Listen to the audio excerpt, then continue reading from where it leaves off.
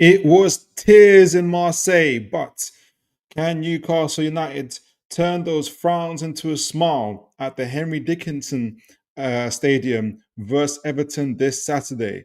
Find out right here on Toon Tactics TV, folks. Oh, brilliant from Shea. And now Murphy could take on the shot. Fabian Shea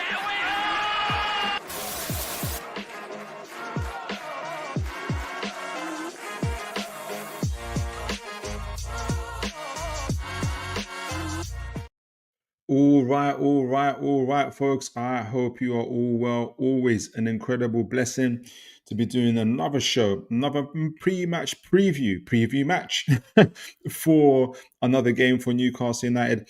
Obviously playing Everton this Saturday, so we're going to be doing uh, a tactical breakdown for the Everton game. We're also going to do a brief review for the Marseille game, which obviously will bleed into the Everton game. We're going to be talking about that. But just before that, there's a couple new. I haven't got to talk about Newcastle at the time, but I wanted to catch up on one or two pieces of news that have come out recently with you guys just before we do the reviews and the reviews for Marseille and then the tactical breakdown for the Everton game. So super looking forward to that. But already folks are in the chat. Good to see you, Kevin Hawthorne, all the way from Lakeland, Florida. And thank you for letting folks know where you're sending your chat from. I always tell people to like, share, and subscribe because we get international fans coming on here. And if it wasn't for people liking and sharing and subscribing and all the incredible chats and engagements that we get, people that come on at all times, even with my funny camera and my dodgy audio, folks still come on. And, that's why we've got incredible fans from Florida, from South Africa. We've got obviously Matt coming from over there and everything. So thank you for Kevin for letting us know where you're coming from and hope all is well with you. Let me know what you guys thought of the recent game against Marseille. We'll talk about that in a moment as well, but let me know how you guys are feeling about it. Good to see Aaron Kane as always. Evening to you, sir. God bless you. And God bless you, Adrian, as always. Guys, good to see you. Good to see you. Good to see you. All right. So before we get into the nitty-gritty of the Marseille review of the pre-match for the preview for the Everton game, there was one or two things I wanted to look up in terms of news, Newcastle news. And which ones do I want to look at first? I'll look at the Willock news. Let me know if you guys have heard it. Let me see if I can get this on screen first before I start talking. Right, so brilliant. You guys can see that. Now, this is on the Telegraph, Luke Edwards, and God bless Luke Edwards. He had a rough summer transfer window. I mean, Newcastle fans in general, we had a rough transfer window, summer transfer window in terms of not necessarily the players, although I see obviously everyone questioning our players at the moment, but we know the whole media saga, the narratives, everything that went on wasn't great. But Mr. Edwards, I'm not going to say who got the most and who felt it the most, but he got stick. And he got stick because he went out on the limb a good couple of times, actually. One for, I forgot who it was for. We're not going to sell. Before Isak, there was the Isak stuff, but there was somebody else he said, we're not going to sell, or we're definitely going to buy. And we ended up not buying them. But then obviously the Isak news, he went out on the limb. He felt like almost like I won't go as far as to say that he put his journalistic career on the line, but he lost a lot of credibility with not only Newcastle fans and obviously just football fans in general, because he was very boisterous and very argumentative for folks about that Isak is definitely not going, and obviously Isak went. So yeah, that's obviously, so the person who's reporting this is Luke Edwards. Now, for me personally, I'm a bit of. I try to look at it as objectively as possible. He hasn't lost any credibility with me. There's, as any journalist, there's stuff he gets right, there's stuff he gets wrong. My assumption is, and I hope it's correct, because he works for the Telegraph, he has to double check his sources. He can't do, inside football sources. The kit man who knows the agent, of the agent of the player says this. My assumption is that because Mr. Edwards works for the Telegraph, he would have some proper sources from Newcastle itself, PIF actually as well. And some you get right, some you get wrong. I think it's just because he was very boisterous about it, and very kind of like in your face about it. That's what made it worse for him. But I said all that to say this, to lay the context down for this article itself, because it's obviously Mr. Edwards that's written the article.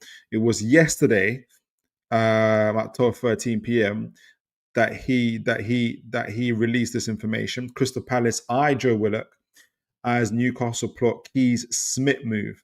Now, we all talked about Keys Smith move last week, I think it was, and I think my general opinion, and I felt a little bit from the chat as well, but I'll speak about more from my general opinion, that the Keys Smith stuff was very similar to the patterns we've seen over the transfer windows, where opposition team or clubs, agents use Newcastle United as a bait or as a flare to send out a signal to say, hey, Newcastle is interested in so-and-so player. They're looking at so-and-so price, going once, going twice, and then somebody else comes and picks him up type of thing. I kind of had that feeling with the Keys Smith move. But obviously Craig Hope reported on it, Keith Downey reported on it, and now Mr. Edwards' user is talking about Keith Smith. So I don't know if Edwards will find out an article. It's a lengthy article. I won't read all of it. And we'll see. We'll see what happens with it. But it kind of signals already, saying Crystal Palace eye Joe Willock as Newcastle plot Keys Smith move. So already from the title, you're kind of getting the feeling that those moves are interrelated. And thanks, Aaron, for sending your thoughts on the game. There's been no real tactical development, even with the fullbacks. Howe playing with his favourites is going to get him in the sack. Pope has made mistakes after mistake. We're going to get back to that. We're going to talk about that. Aaron says, I wouldn't have started Joe Willock on Tuesday, but fair play to him. He played well against Marseille. He did. I thought so as well. And against Spurs, he deserves credit. Him and Chow were good. Yeah, I agree with you there. Aaron says, Keith Smith is likely going to a bigger club. There's no bigger than Newcastle. But I hope with the new sporting director and different hierarchy, it will be different, but maybe that's just hope. We'll see, honestly. I share your sentiments. We know how it goes sometimes. We know how it goes when moves are so highly publicized. But, so we'll see. So, again, South London club considered him January for former Arsenal midfielder who has fallen down the pecking order at St. James's Park. And we know that Crystal Palace were also really, really looking at Miley, hard at Miley as well. And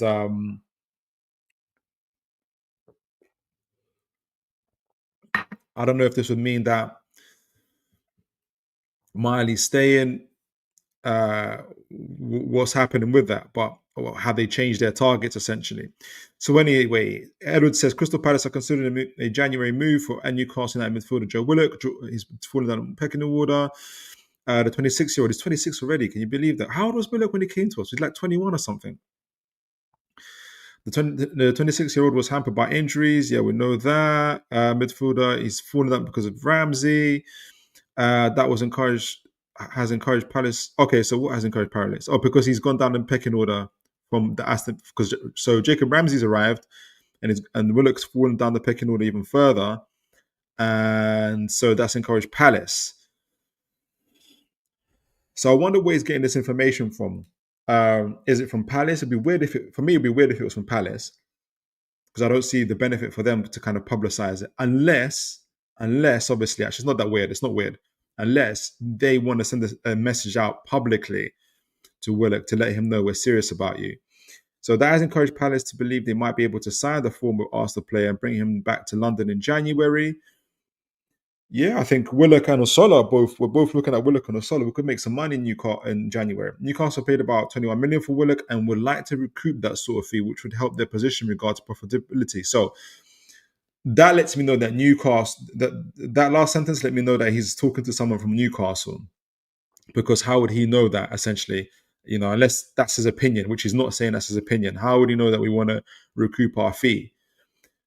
At the same time, though, and I think Newcastle, so you kind of got this public brinksmanship already. Newcastle are setting their stall out. And it's similar to Keith Smith, because we know that when we read the article on Keith Smith, I think it was either Craig Hope or Downey was saying that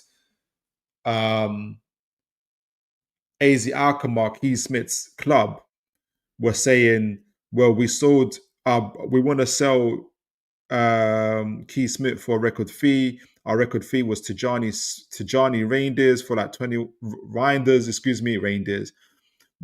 for like 21 million to AC Milan. So therefore, Keith Smith is like 22 million because we rate him even higher than Mr. Reinders. So you're kind of finding the same thing here. Yeah, if we can sell Willock for 20 million, let me know what you guys think. If we can sell him for 20 million, great.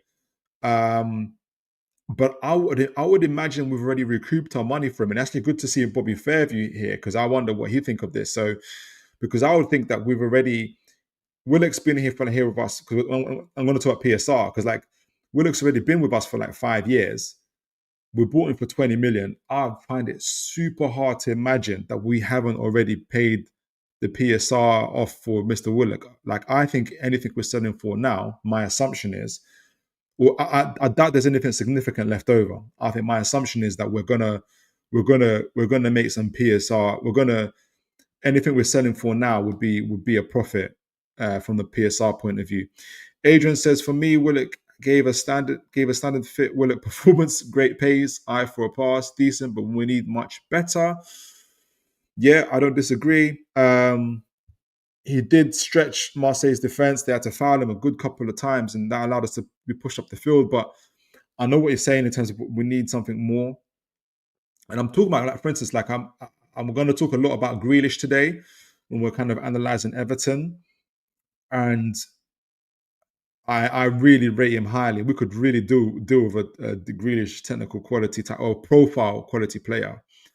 Bobby Fairview, God bless you. As always, sir, good to see you. Big up Toon fans. Bless up, Philip. Hello, sir. I hope you're all doing well. I'm not sure there's a Pope question to answer. Is the issue why is Howe being stubborn? I think for some fans, it's the issue is for Eddie Howe that they feel that he's too loyal to certain players. I'm not really of that view, to be honest. But yeah, a lot of people feel that he's been loyal to certain players. I think, and we're going to talk about Pope. Pope has had a mixed season. And when you're a goalkeeper, when you do make a mistake, it's big. People can see it, like and it hurts the team, obviously. If anybody watched the Arsenal Bayern Munich game, Neuer made the same mistake as Pope, possibly even worse. But it's Neuer, right? World Cup winner, Champions League winner, so Neuer is not Nick Pope. And he made a similar mistake, Pope, in the pre-season. He said maybe one or two games, West Ham game I can think of as well, where he made an error. For me, and I said it, and I said it in a short. The reason why I want to see Ramsdale, not only is he good at shot stopping as well, and he's decent as a super keeper, but I think I want to have his distribution, his ability on the ball. I think it's time now. But yeah, I'm going to talk about more when I talk about it in the game. But yeah, I think Howe being stubborn, Pope mixed form. Will Eddie Howe make the change? Essentially, we'll see. Aaron Kane says, "I'd still sell Willock because of the time, or because I'd still sell Willock because of his time on his contract, and he's a sellable asset. Right time to move him on." But what is weird It's how financial. It's how fancied Ramsey, and he can't get in ahead of Willock. But I think Willock plays more on the right midfield, whereas Ramsey's left midfield. Technically, they should be able to play everywhere, and they can. But I think how Faye was playing Ramsey on the left. So really, Ramsey's competing with Joe Linton and or at times Barnes and um, Gordon, but maybe Joe Linton. So I think that's how Howe sees it.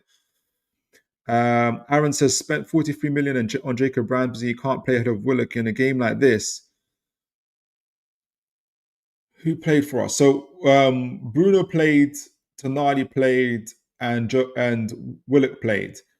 Yeah, because remember Tonali plays on the left. I think it was you that told me that. Somebody told me that even Tonali actually plays left midfield, especially for Italy and others. So it's not. I can see why he made those changes, to be honest. And it's not really about Ramsey getting ahead of Willock. It's about Eddie Howe resting. Who did he rest? Resting Joe Linton. Um, putting Bruno in the six and having Willock on the right to have the transitions. But I see what you're saying. Like you could still do it the other way. You could still play Ramsey on the left, play Bruno on the right, have Tonali in the six. But I think Howe had a different plan for the game, especially when we're kind of playing out from the back. But yeah, I see what you're saying. But I'm not. I kind of. I'm not. I don't think, for instance, Eddie Howe is. I kind of see why he made that change. Adrian says Howe suffers from constipation of the mind. Jeez.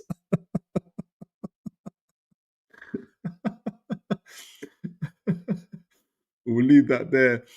Aaron says Pope has been making mistake after mistake, and not only this season, but going back to 2 years ago, getting the red card.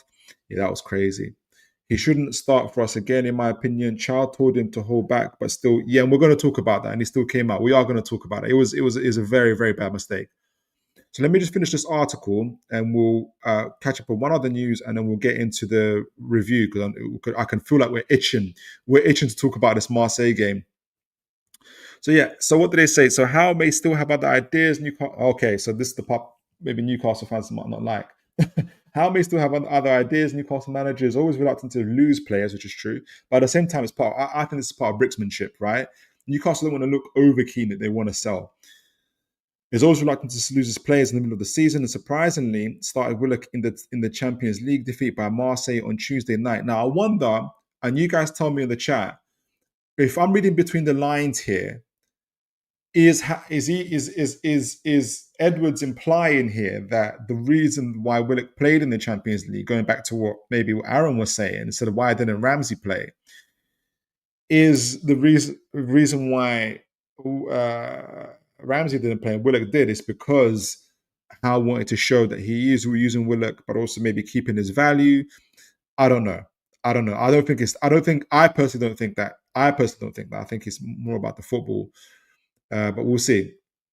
Smith, who is being tracked by most of Europe's big clubs, supposedly, his agent says so, will only move to Newcastle if there is a plan.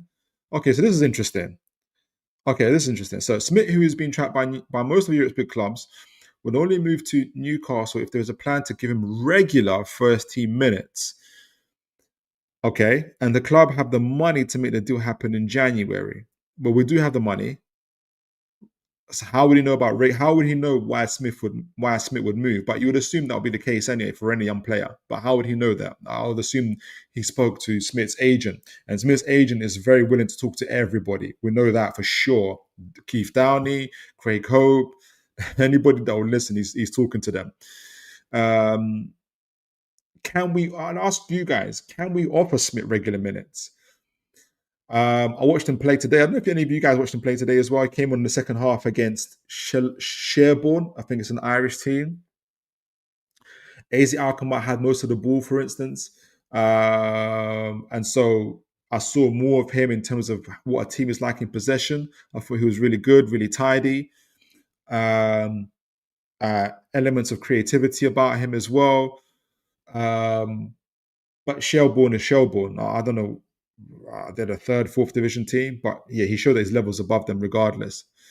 That could help persuade Howe to part with Willock if okay, so that could what would happen? The team and the club will have the money to make. Okay, that could help persuade Howe to part with Willock if an acceptable bid is made in the winter. So this is the brinksmanship, right? That could persuade Howe. What does it matter to Howe? How isn't negotiating the fee? I don't know, right? So it's really to do with it's to do with Newcastle. So Willock delivered his best performance for months, displaying all of his athleticism and ball carrying skills that once made him so popular. On Tyneside, he played an important role in the build-up to Harvey Barnes' early goal at the start of Velodrome. He did. The chance was missed. Yeah, so we talked about that. So Newcastle may need to act fast to facilitate Smith move. Okay. So now he's doubled up. He's what do you call it? Double downing on this. Let's say he's emphasizing. So when Joe Willock is at his best, Newcastle are a better team. He brings something. Okay. The problem is he hasn't been playing for the past 18 months. Willock could only keep hold of his places in the side at Everton. Okay, but Newcastle have to make these sorts of tough calls. We know that. Okay. As they evolve and improve the squad, if they want to sign one of Europe's most, it could be they need to sell Willock but also to create room in the squad. I think it's to create room in the squad. Newcastle already have 6 central midfielders. Yeah, we know that. If Smith is going to head to St. James Park, you suspect the transfer has to happen in January. If Newcastle went into the summer, there is likely to be considerable competition for his signature. Well, his agent and AZ Alkmaar are certainly pushing that agenda. Okay, that is perhaps the reason why Willock would consider a move. Okay, signed by Steve Bruce, Newcastle are well aware that if they're going to sell, they might be able to do it to get transfer for the player to avoid a squad. Willock has to be a good player for Newcastle. Has been a good player for him and may still hold a role to play for a few months if he's entering the peak of his years of career. Okay, so a load of Willock stuff, but essentially saying for the Smith move to happen, Willock would have to be sold. It's more, I don't think it's a financial thing. I think it's definitely a squad thing. We've got 6 central midfielders, but if Willock is sold, then yeah, we'll get Mr. Smith in, and he probably more rotating with Bruno. He's a direct rotation with Bruno, and Miley with Tonali, Ramsey with Joe Linton. So younger, physically younger generation of midfielders. So that's the Willock news and the Key Smith news. Let me see what you guys are saying. Bobby Fairview, does Willock have a 6-year contract expiring in 2027? I don't know. Let me double check. Is that what it says? It's a good question. Transfer.com. Let's share the stab instead. What's Willock's current contract? Does it expire in 2010? Mr. Joe Willock. Here we go.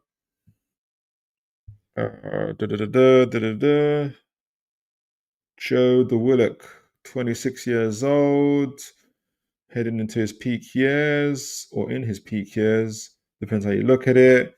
Yeah, his contract. Yeah, you're right. Yeah, you said his contract runs on in 2027. Yeah, he had like a 5-6 year contract. I think his contract was renewed as well.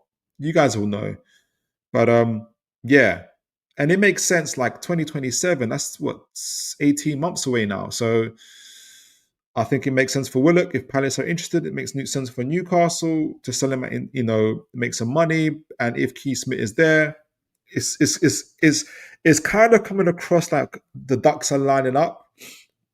We'll see. Let's see if Palace pull the trigger. Willock suits Palace though a lot.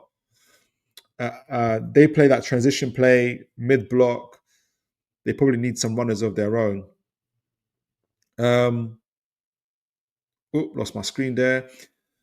Aaron says if a goalkeeper keeps making a mistake, then it's not on the goalkeeper, it's on the manager for consistently picking him. He's cost us 12 points so far this season. Wow, 12 points. And Aaron says, I don't think we can guarantee him minutes because Miley doesn't even get the minutes, and Howe never makes them changes from his favorite players. Yeah, I don't think his favorite for me. We'll talk about it. Let me see what you guys think. It does have Howe favorites. Is it just? I think it's just part of squad rotation, but we'll see. I think Miley's already got nearly as much minutes now than he did. In fact, let me just double check this. Because last year, Miley got under 500 minutes. I know that because I was talking about squad rotation a lot. So he got somewhere like 4 to 500 minutes. The last time I talked about Miley, he was fast approaching that time. Can you guys see that? Yeah, you can. And we know that he was angry, especially not angry. I'm not going to say that. There was an issue about his minutes last year. We know that Fabrizio Romano came out with a report. We did a lengthy conversation about it, and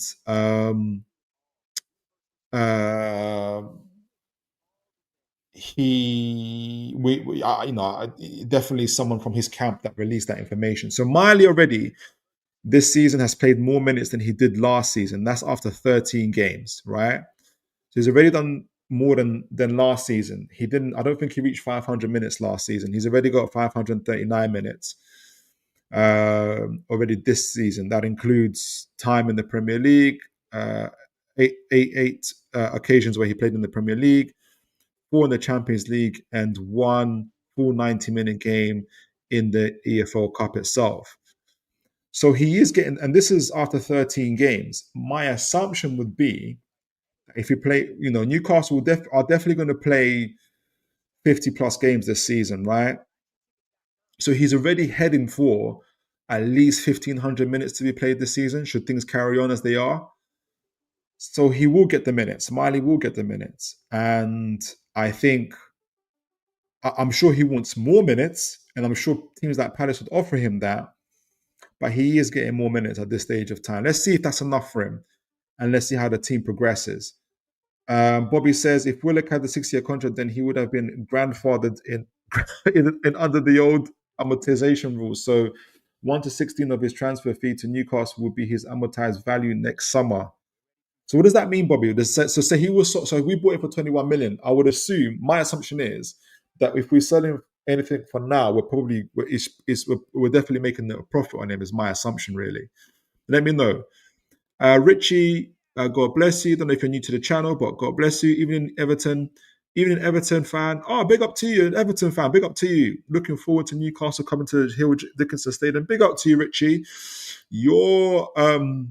Your expertise in your team, if you stick around, we're gonna do the match preview soon. Would be much needed. Bobby Fairview, anything you get for Willock in January for above 6 million, his contract book value would be recorded as PSR profit. Nice. So I think we'll get more than 6 million. We'll probably want 20 million. Anything above that. Yeah, I agree. Okay, so one other news I wanted to talk about was, thanks for that, Bobby, was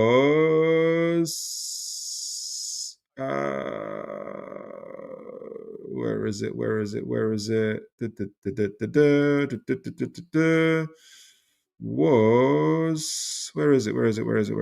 it? Bookmarks. Yes. So make sure you guys can see that. And that's this news on Mr. Wissa. Now I know it originally came from Craig Hope. And essentially, it's good news. And the news is that Wissa is due to he's 29 years old. Jeez. Oh gosh. I just realized that. And that he's due to be back on the 14th of December when we play Sunderland. So what do you guys think of that? I'm positive about that. He's already started training with the team. He had his first training session on Wednesday. So essentially, they're just building up his fitness now as well. So there's a lot there. There's a lot of interest. And part of the positive thing about that, and I was looking at our matches, and this kind of leads us off into match reviews in a moment as well. Let me share this tab instead. We'll get back to Marseille in a moment. Our matches that are coming up, make sure you guys can see that. Yeah, you can. With the matches that we've got coming up, obviously after the Marseille game, Everton away, then Tottenham at home. So this is all in this, well, apart from the Everton game.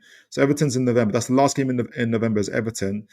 Then it's Tottenham at home in December. So then Burnley at home as well, which is, again, I think games that are opportunities for us to climb up the table.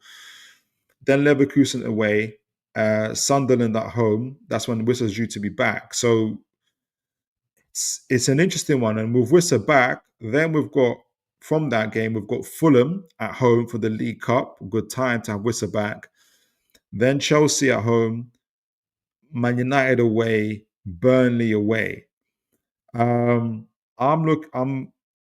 feel like he's coming back at a very good time for us. I think these next set of fixtures are very important for us to climb up the table. So this leads us to the Everton game as well, which we're going to talk about in a moment. But let's do that once we review the Marseille game itself. So Wissa's due back. I'm looking forward to it. I think we all are looking forward to it. Let's, hopefully we'll get the best Wissa we can. Bobby says, I see his transfer fee to Newcastle was 25 million, which means you're amortizing 4.2 million a year for 6 years.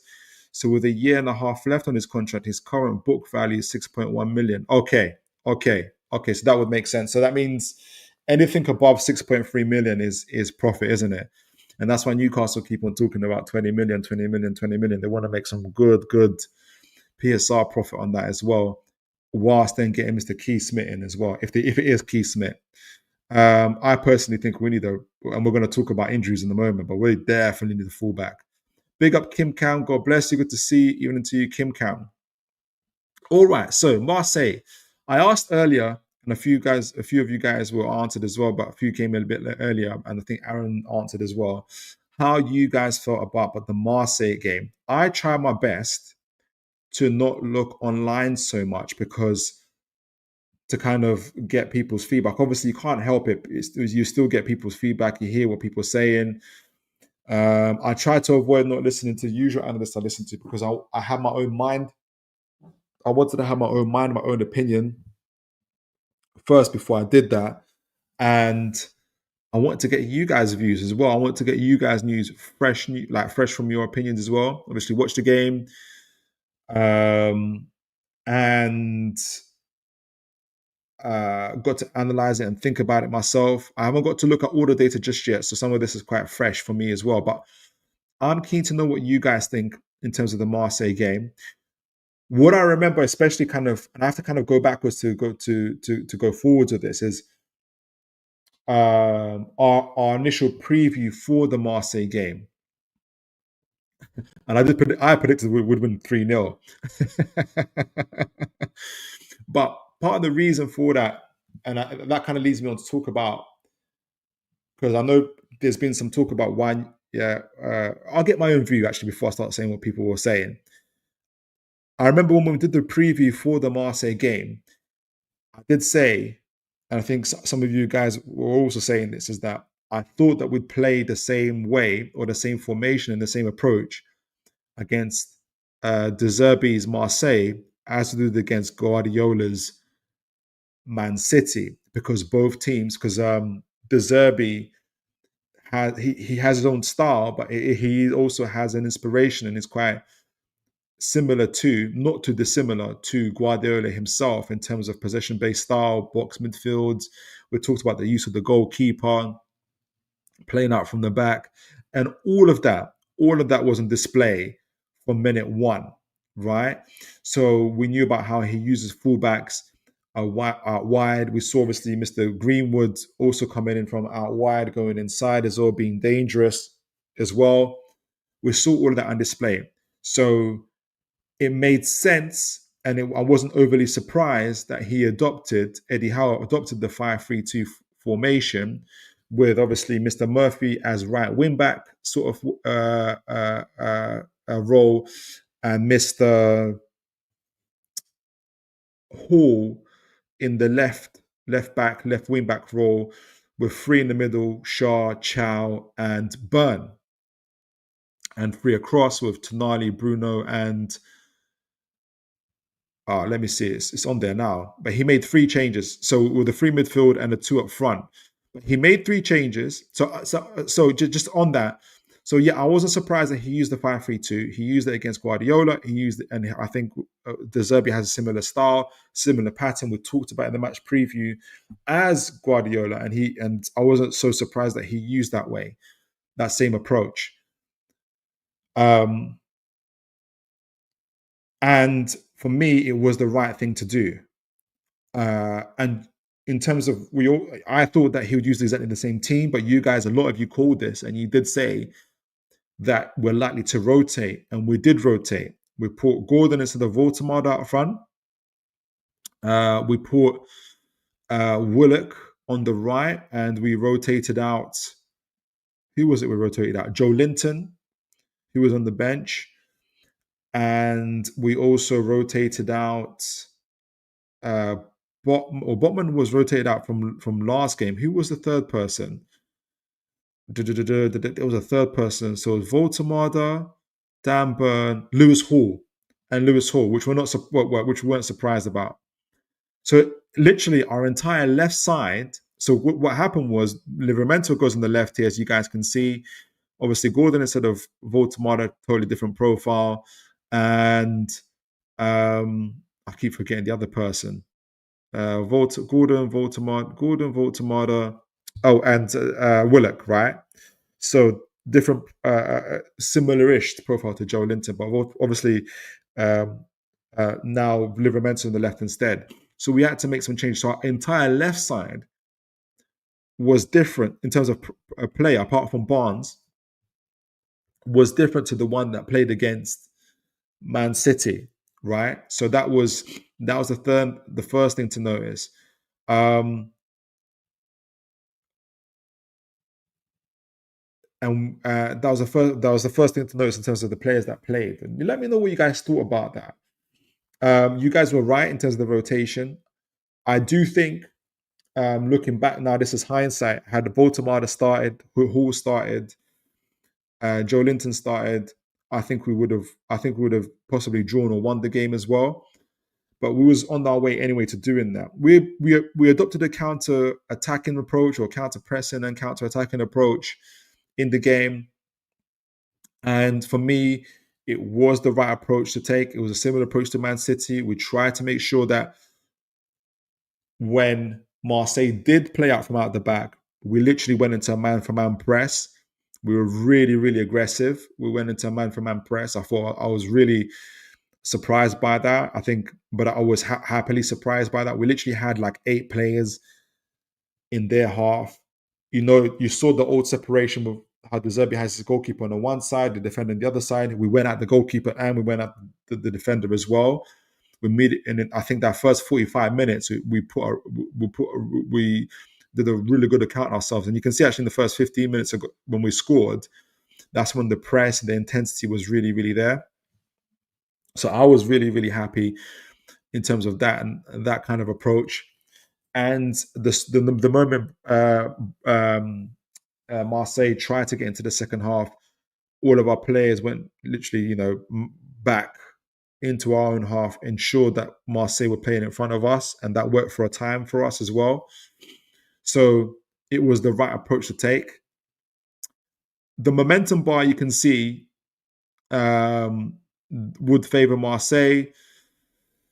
But I feel like for a lot of it, we gave as good as we got. There was an XG I wanted to... What was the XG for the game? Before we get into it. The XG for the game was... We outran them as well. We had to. They had most of the ball. 118.4. Jeez. So I expected the goals were 1.46. Theirs was 2.0. So we gave a good account ourselves away. I thought so. Generally, I thought it was a good away performance, like on a general level. We're going to talk about Pope in the second half in a moment, but generally, I thought we had a good away we had a decent away performance. They had 5 chances. We had the one. We had more than that, to be honest, but fine. We had, even without the ball, most of the time they had what? How many possessions was their possession? 58%. We had 42%. We still had 20 shots to their 18. Their goalkeeper had to make 7 saves to our 5. So you can see that our approach worked. We made them more sprints, 147 to their 119. So we worked really, really hard. Isn't that funny? I don't know, Bobby, if you're still on here, like the sprints come on when they want. Next game I review, the sprints will be off, I bet. But anyway, 147 to their 119. They had more corners. They committed 18 fouls. We didn't make one foul. Really? That's a lie. We did hit somebody. Obviously, they had more passes, tackles, free kicks, yellow cards. So there must have been a foul. So highest concentration of play for Marseille, it was down their right, where Aubameyang scored both of his goals. And for us, it was down our right this time because obviously Lewis Hall wasn't playing. And who's the other fella? Lewis Hall and Joe Linton.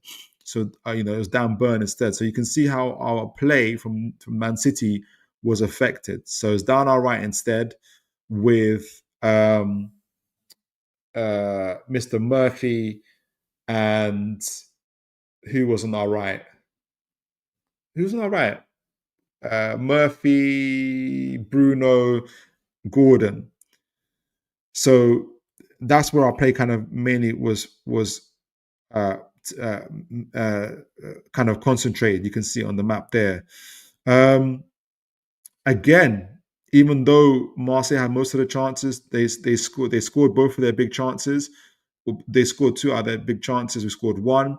They missed 3 of their chances. And again, talking about possession, right? They had 27 touches in our box, whilst we had 29 in theirs. So even though because I've had people not like the approach that we took, we still had some really good metrics taking the approach that we took. We had 29 touches in their box. We had more touches in their box than they did in ours. Ground duels, I think they won the more ground duels, or the higher percentage anyway. Aerial duels as well, but I think again that's because we were very, very direct in our approach. They did the more dribbles. Was there anything else? So I thought, and they started getting a lot more direct in that second half, so they changed things around. So speaking of that second half, and I'm gonna get into it in a moment. Let me see, because I see a few chats. Let me see what you guys are saying in the chat. So generally, me personally, I thought we took the right approach. As we did in the Man City game, that approach paid dividends in our attacking. We were creative. We were in their box. We got a goal. We could have got more. And had it not been what happened in the second half, defensively, we were fairly sound. That's my kind of general opinion. And then the second half.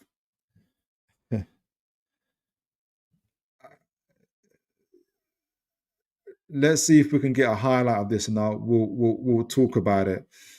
And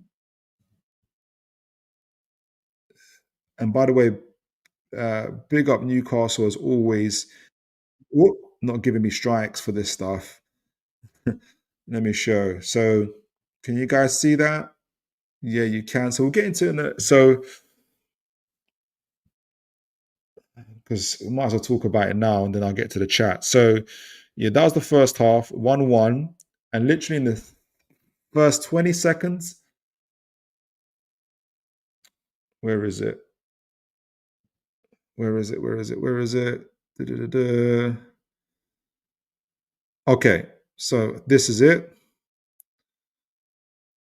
So this is the first 30 seconds.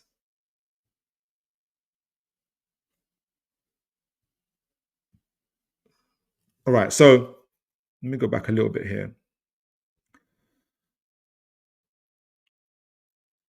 If you guys remember, we talked about in the previous show, right? De Zerbi scores most of his goals. Teams score most of their goals between the 41 minute to the 60 minutes. If the guys from Tifo are marking where De Zerbi's team scored most of their goals. And what you get from that is that De Zerbi's very, very good in-game manager.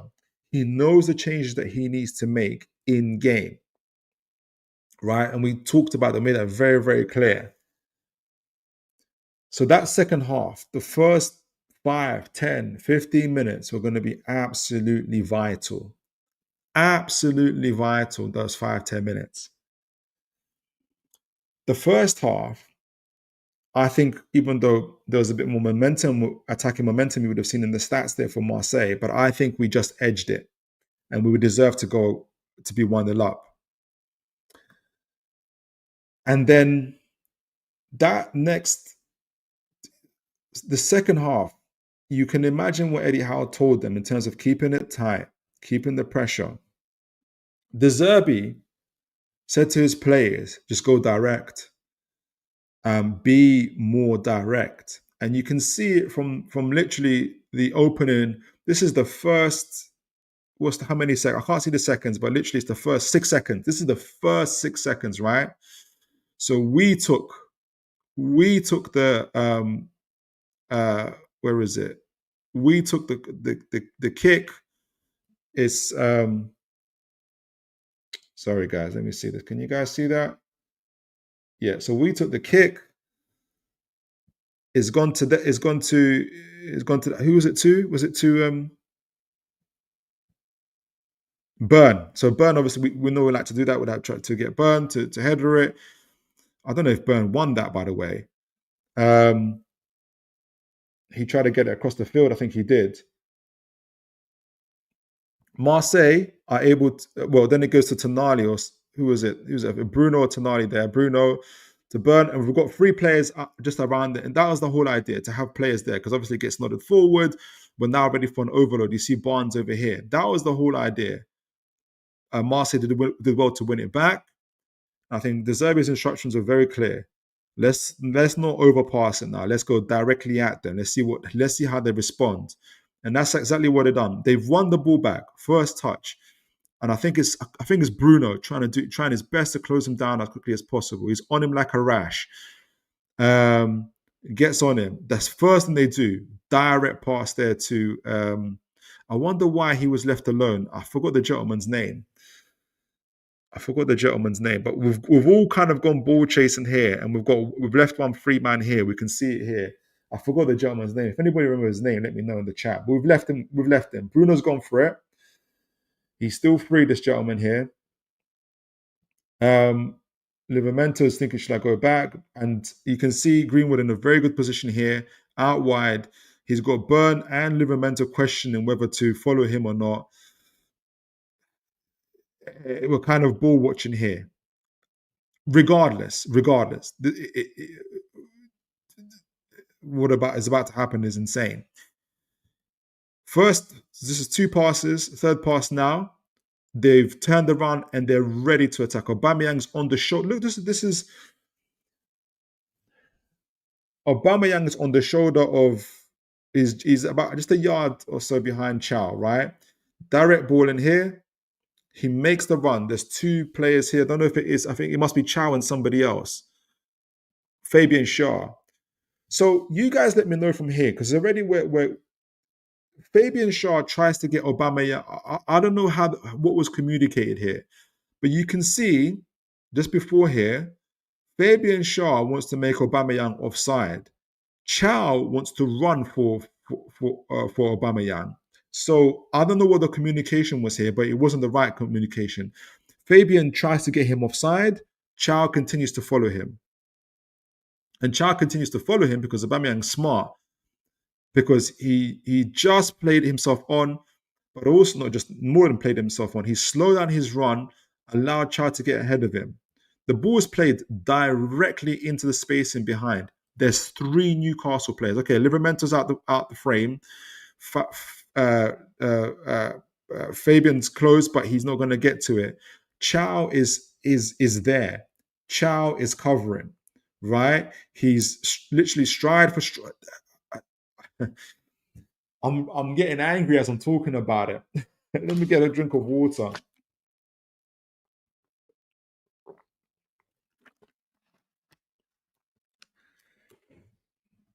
I have to rewind this because, and I'm going to get to the chats in a moment. I don't know. I didn't. Why Pope comes out, I have no idea. Why Fabian Shaw did Fabian Shaw not tell Chow that we need to that let's hold the line? Fine. Why Pope comes out at this stage, I have no idea. I have no idea because I thought he would have remembered the Man City game and he would have seen Chow's performance in one-on-one situations of Erling Haaland and how good it was. Why would he be worried about Chow one-on-one, as classy and amazing as he has been, but he's 36 years old, Aubameyang? Why would he be worried about Chow being in a foot race of 36-year-old Aubameyang? That was my initial thoughts. I was shocked, and then when I tried to get my thoughts covered, I said to myself, "But why? Why?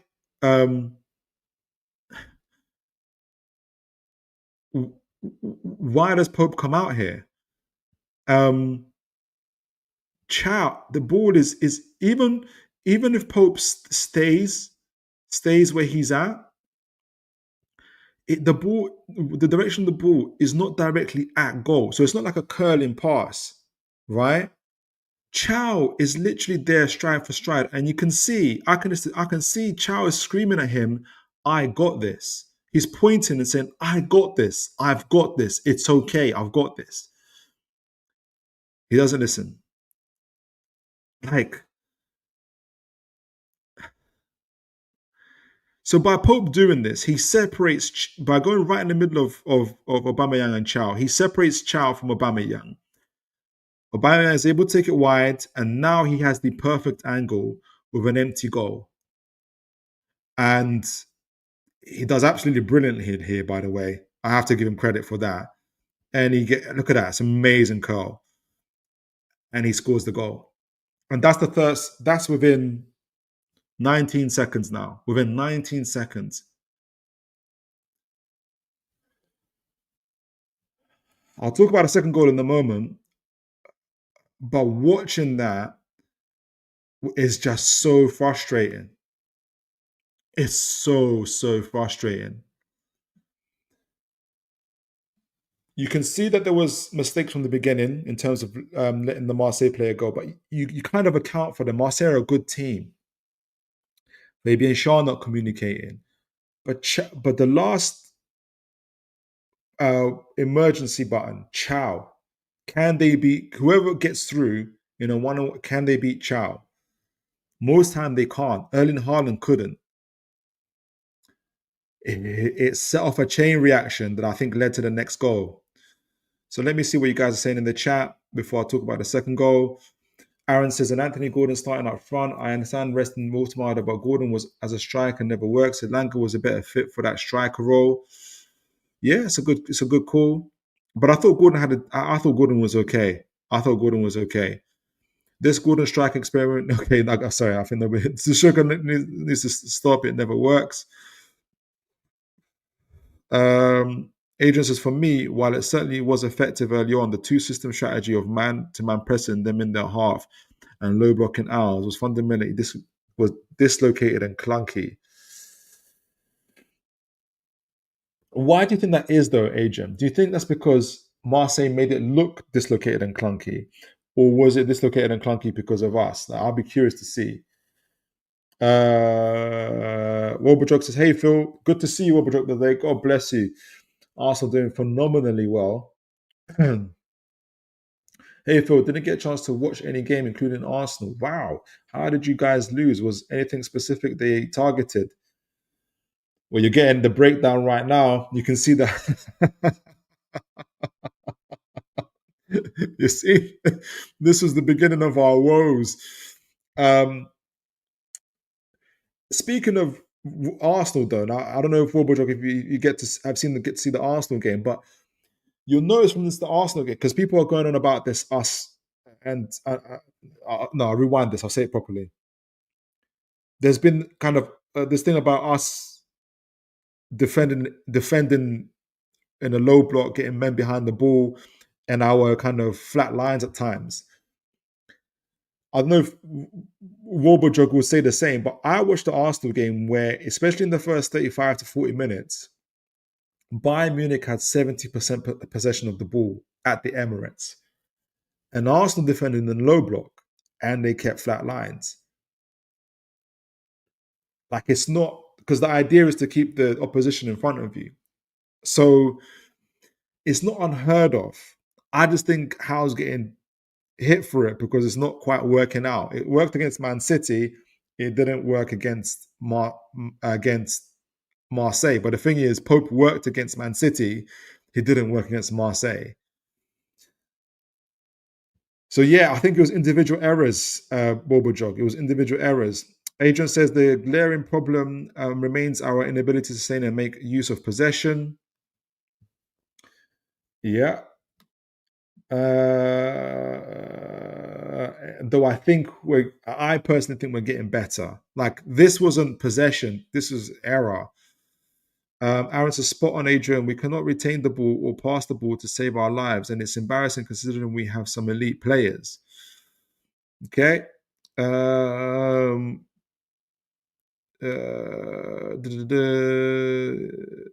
Adrian says Eddie Howe cannot admit to himself that Gordon isn't a striker. Possibly. Though I think he made the main reason he uses Gordon is to help with the press. The main thing was rotation. It's meant to be Wissa, not Gordon, but Wissa's injured, right? And it's really to help with the press. Like, Gordon's very, very good with our press. We don't have anybody else that can do it like that. Okay, if not Gordon, who? Like, essentially is what I'm saying. If not Gordon, who? If Gordon doesn't press the way he presses, Marseille began to play through us. It's easier for them to play through us. Aaron says, I'd honestly sell him. He's been poor for over 2 years. Oh, Gordon, last goal contribution January. Sell him. He still has his reputation and reinvest. Goal contribution in the league. He has been scoring goals in the Champions League. Jam Stasher, oh my gosh, why are you showing us this? Sorry, Jam Stasher. I don't even mean to last this long on this clip, to be honest. I want to start talking about Everton in a moment. This Adrian says this clip should come with a health. I know. I didn't even expect myself to react like this. Pope was never going to get there. Never. I know. Pope left his brain in the dressing room. I think that's what the commentator said. Arsenal don't defend as deep as we do, Philip. They still try to push Bayern back, which they did very well.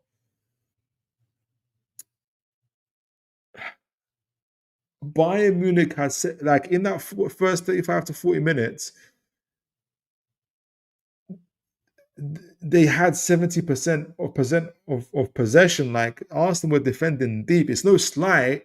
It's just to keep them. It's just so that Bayern were able to play balls over the top, which they didn't. It made Elise less effective as a result. He was still good, but he had to do more work, in my opinion. Wilbur says, nothing wrong with defending in two flat lines. The difference is the quality or focus on the players when shuffling side to side, closing spaces, and alert to through balls. Right. Only practice makes perfect. That last line is what's it's the important line for me, but I think it's what's I understand. I get it, sir, but I think there's a lot of the fan base aren't with that at the moment. I'm personally understanding it. I kind of see what we're doing. It doesn't make me like an oracle or anything like that, but I understand why we're playing the way we're playing. How didn't tell Pope in the first 30 seconds rush out of your goal like that? How didn't tell that to him, right? So we would still be 1-0 up at this stage. Jam Stasher says, Arsenal stay in front of players and try to push their opponent back to their goal, whereas we stand deep with no ball pressure. I think it goes back to what Wobodrog was saying in terms of quality and focus of the players. And it's like Arsenal have been doing this, for instance, for the last 2-3 years. That the system, the Arsenal we're seeing now didn't just happen and arrive like this year. This is like 6 years in the making, technically, since Arteta's been there. But in terms of since Arsenal have been really competing for the Premier League the last 2-3 years now, we're changing from almost a totally transition team to a team that's trying to balance transition and possession, whilst being also effective in all four competitions. To be effective in all four competitions, we can't be as we were before. We all know that. We've already talked about that. And we're trying to now be a team that can defend strategically and press when we want, get the ball when we want, which we're actually very, very good at, and attack and and obviously be creative as we can and kind of in the transitioners as well.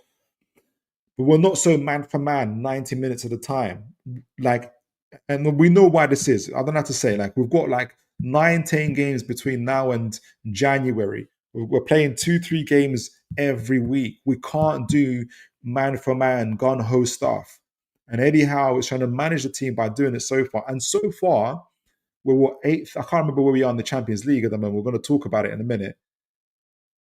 And we're in the League Cup final. We're about 5-6 points off Champions League. It's working. We've had injuries with the fullbacks and everything else. It's going to take a little bit of time. I think we can't judge ourselves to Arsenal now. Wobodrog says it here. This is 6 years of practice, 2 years on. Right. We've done well playing a certain style. Now everybody else has adopted that style, direct and everything else. Now we're having to control that style and implement another style, a more possession-based style as well. And it's going to take practice. It's going to take time to do that. Aaron says we have the players to be retaining the ball better than we are. Can't even string a pass together.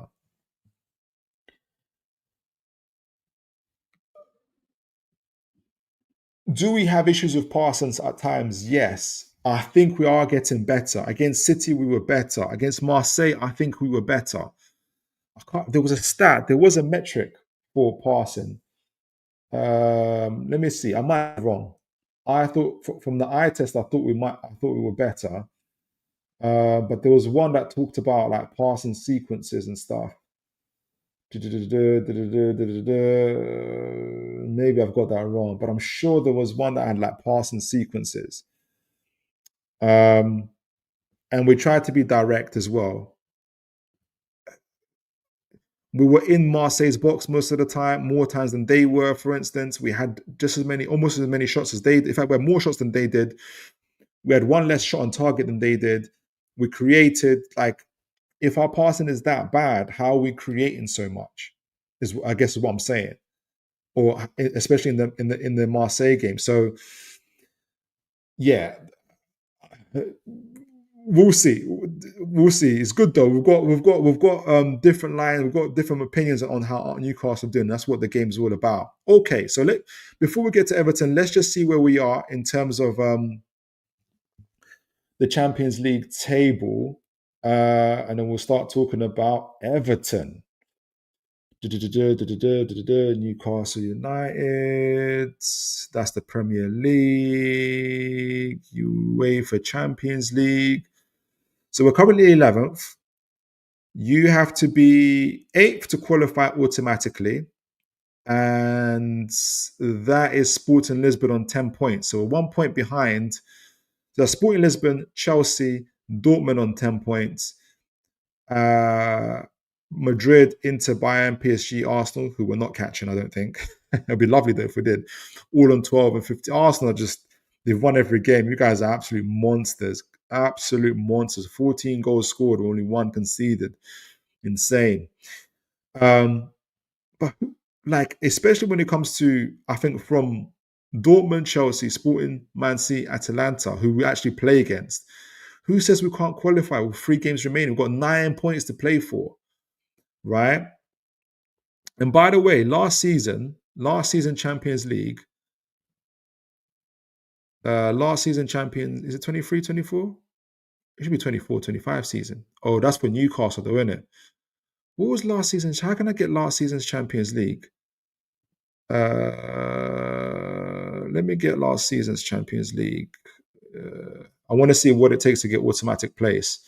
I'll use Arsenal as an example because they were in the Champions League 24-25 season. So Aston Villa qualified with 16 points, right? So we're about 7 points behind. If we use that as a reference, we're about 7 points behind. Atalanta and the rest we're chasing now are finished on 15. Automatic qualification. No, so the playoff positions go down to 24th. And you have to get 11 points minimum to get automatic. We're 2 points away from that with 3 games left. So at the very least, we're in a good position to at least get into the playoff positions, which is good for us. But we have a good chance, I would say, with 3 games to remain against Atalanta, Leverkusen, and PSV at home. I know PSV demolished Liverpool, but at the moment, everybody's demolishing Liverpool.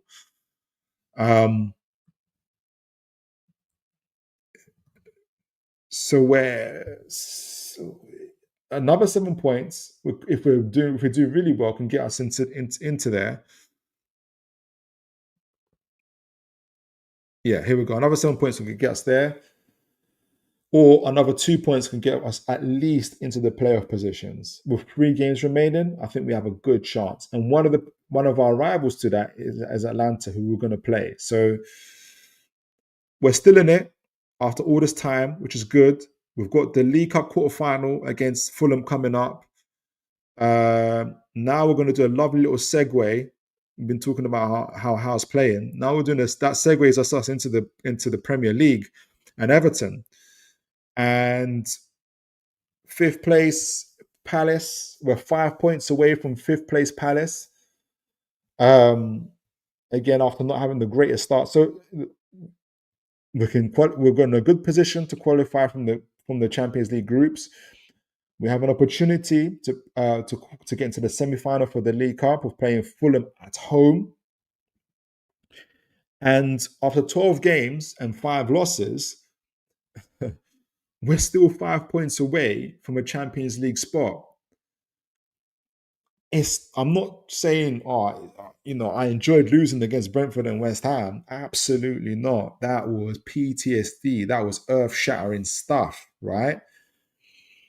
But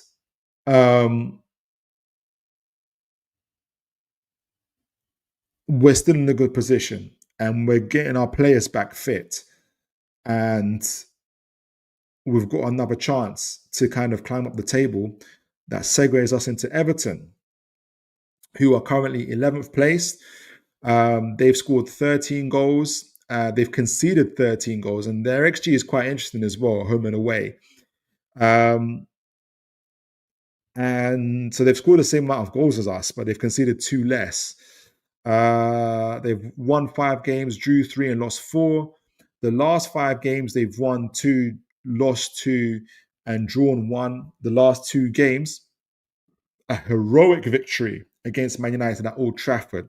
Really, really good victory. I watched that game. They dug deep and they won that. So they'll be boiled by that. But Idris Gueye, who I thought was one of their better players before he decided to have a Kieran Dyer Lee Boyer moment with Keane, got himself sent off for violent conduct and won't be available for this game. And I think he will be a big, big miss for them. So let's talk about Everton in a moment. I'm going to talk about Everton. Let me just set this up and I'm going to look into the chats in a moment to see if there's any messages. What you guys are saying in the chat messages. I'm talking like it's text. Let's break down Everton, talk about their kind of league performance, where they're at, and look at their XG in a moment. But let's see what you guys are saying in the chat. Oh, let me get a drink of water.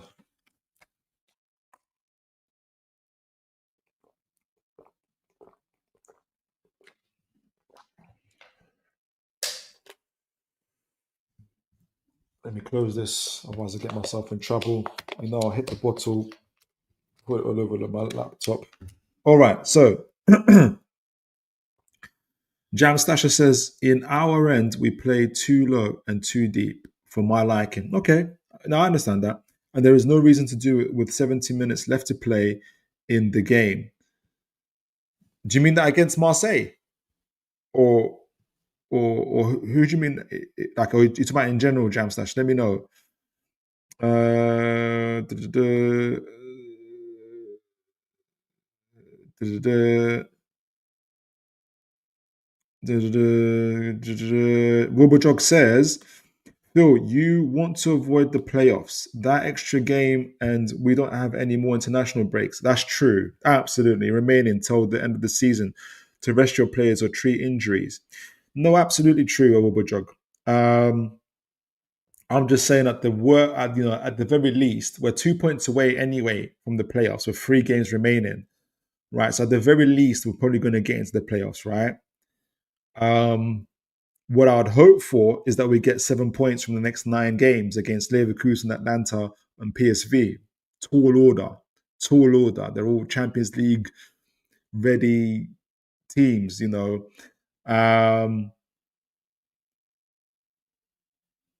But to qualify automatically and avoid having to play the extra games, that's what we have to do. Essentially, is what I'm saying. And I guess I'm adding to that to the fact of folks are saying we're playing too low and we're not good at passing and all these other things. All they have their kind of truths and facts about that. But I'm saying that Eddie Howe has adopted this type of style in order to be able to compete in all 4 competitions, which we're doing at the moment in a decent way. So but essentially, I just want us to qualify. I want us to get to the next group stage. That'll be really, really good for us. Jam says in general, we've done that when getting a lead. Yeah, I think we do that I think that's just our style. Not even just when we get the lead. I think it can be 0-0, it can be whatever we're doing. That's just our style in general. And you remember, for instance, Jan Stash, when we're doing the man-for-man press, intensity is our identity. The very next season, we were one of the most injured players. We had 2 players on ACLs who've done their ACLs, Sven Botman and Jamal Lascelles, right? And even to this day, we're still all praying and hoping that the only reason Sven Botman's on the bench is just to rotate him and not because of his knee. So Eddie Howe had to take stock of all of that. Lewis Miley done his back in. All those type of things. We felt the effect of them going into the next season after that when we didn't get into Europe. And I think Eddie Howe has had to adapt the style. And this is the best we can do for now. So can we be better at passing? Absolutely. Have we had some of our first team fullbacks out? Yes. And look what happens when they come back. We beat Man City. That's what happens. And I think they'll both play against Everton as well. Aaron says, it's been the rinse and repeat all season. Get the first goal, then sit back, and we end up conceding. I get the conserving energy thing, but at least get a second goal, then do it. Easier said than done, but I hear what you're saying, absolutely. Jamson, actually, we do that when we don't have the ball all the time. Yeah. Aaron says, Everton is a must-win game. Away form is a relegation form this year. It's been that bad. Njai and Grealish, they're key players. I absolutely agree with that. We need to match them physically. Absolutely. Wobajog, that has happened to us last season, hence the bigger squad. And you guys went really hard on building a deeper, more quality squad. And look, you've had a lot of injuries this season. Because you've had the deeper qualities, you've managed it. So I think Newcastle are going to have to do that as well. And that's what's happened. I agree. Jan Stasha, we don't help ourselves when we do win the ball. We give it away too quickly. We do. I think we improved that against City. I thought we did that better at Marseille, even though we had Lewis Hall out. I think when Lewis Hall comes back in the Everton game, Joe Linton, our left side improves, our right side improves, and I think we do better with the ball. All right. So Everton, I want to get you guys. You guys have already kind of marked some of the players we look out for. Grealish, absolutely, and Njai. We're going to talk about them, but um, just a quick overview of Everton. Like I said, 13 goals scored, 13 goals conceded. With 18 points, great victory against Man United. Player off Idrissa Gueye, who I would have said is one of their key players as well. It will not be playing. I did a quick XG on their home and away, which is interesting reading actually, in terms of their creativity. So let me get that on here. And then we'll start breaking down the tactics. I'm keen to see what Jug thinks and others, what you all think about kind of Everton themselves and how to win. Because, and actually, Aaron makes the point in terms of must win. I think for me, it's like a must prove that we can win. It's almost like the Brentford game, but we were already worried about that. But this is even more now where it's away, it's Everton who are 3 points ahead of us and not too far in terms of performance. We'll see this from the XG in a moment. And we've actually got our fullback. I think we'll have our fullbacks back. We'll have those guys back, Tino and Hall, and it's going to be like a must prove for me. It's like a must prove.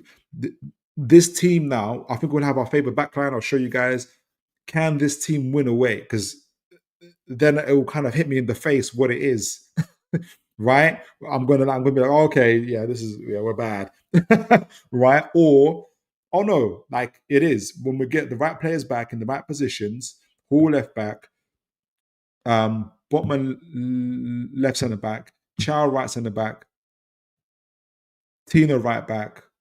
Cool, but goalkeeper. Who's going to be our goalkeeper? I am thinking. I'm hoping it's going to be Ramsdale. Let me know, guys. Let me know who do you guys think will start. We're going to talk about that in a moment. So before we do that, this is Everton's XG. I forgot to update ours, by the way. But this is Everton's XG, the home and away. What's really interesting, right? 12 games played, 6 at home, 6 away.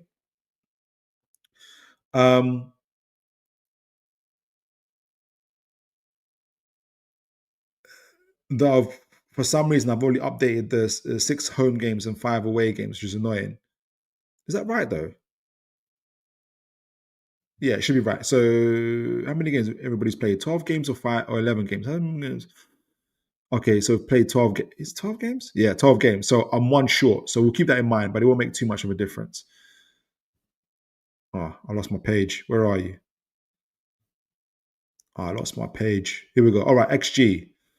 XG. So, yeah, 5 away. It's meant to be 6. So total XG overall is 14.16, right? Total XG. They've scored 13 goals. So they're underperforming the XG by about 1 goal so far this season, right? At home, they're after 6 games, their total XG is 7.78. No, their total XG is 9.62. Sorry, their total XG is 9.62. Whereas they scored 7 goals at home.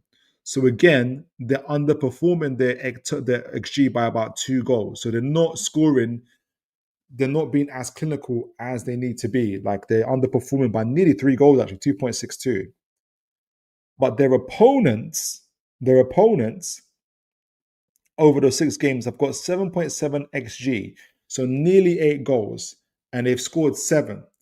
So opponents at the Henry Dickinson Stadium have been far more clinical with the chances that have been offered to them. And I don't know if Ray is still here, Ray the Everton fan. I'll be really interested to see if that's been the case, if that's what you've witnessed with, especially in Everton's home matches. And we're focusing on the home matches because obviously Newcastle are playing Everton at Everton's ground. Has it been the case where Everton have been really creative in front of goal?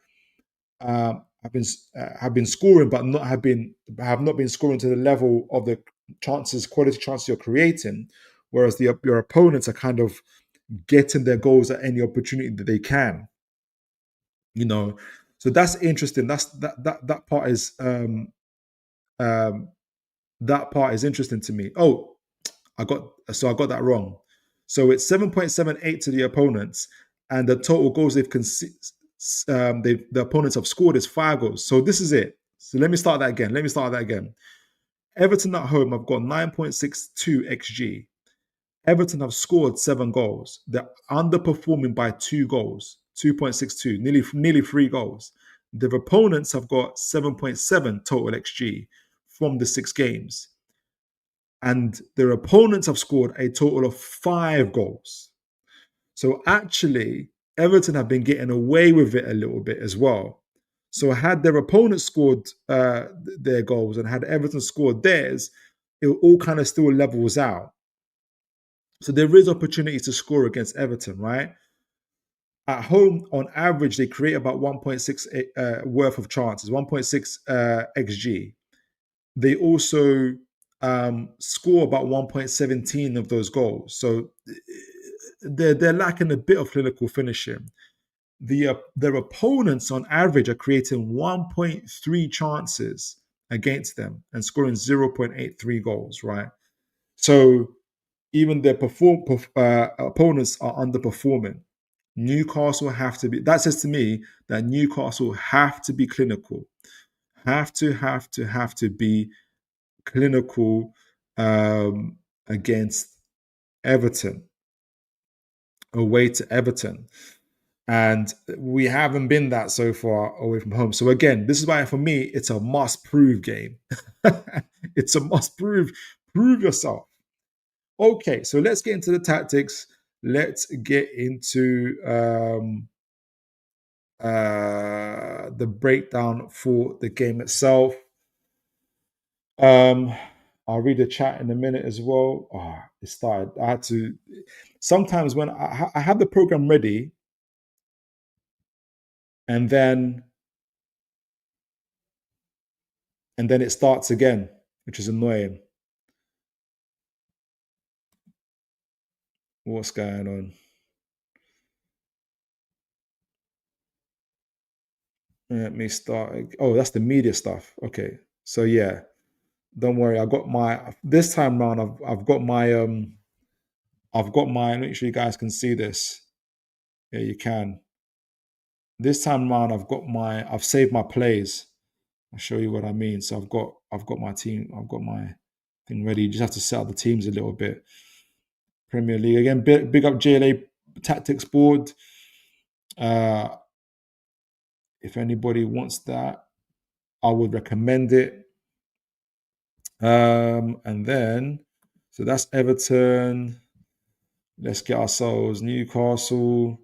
We're going to make some changes in a moment. I know that Idris Gay can't play, so that's good for Newcastle. Where's Newcastle? Newcastle. Here we go. Why don't I have Newcastle United? We're Newcastle United, not Newcastle. I need to speak to JLA about that. All right, so let's start from Everton playing from the back.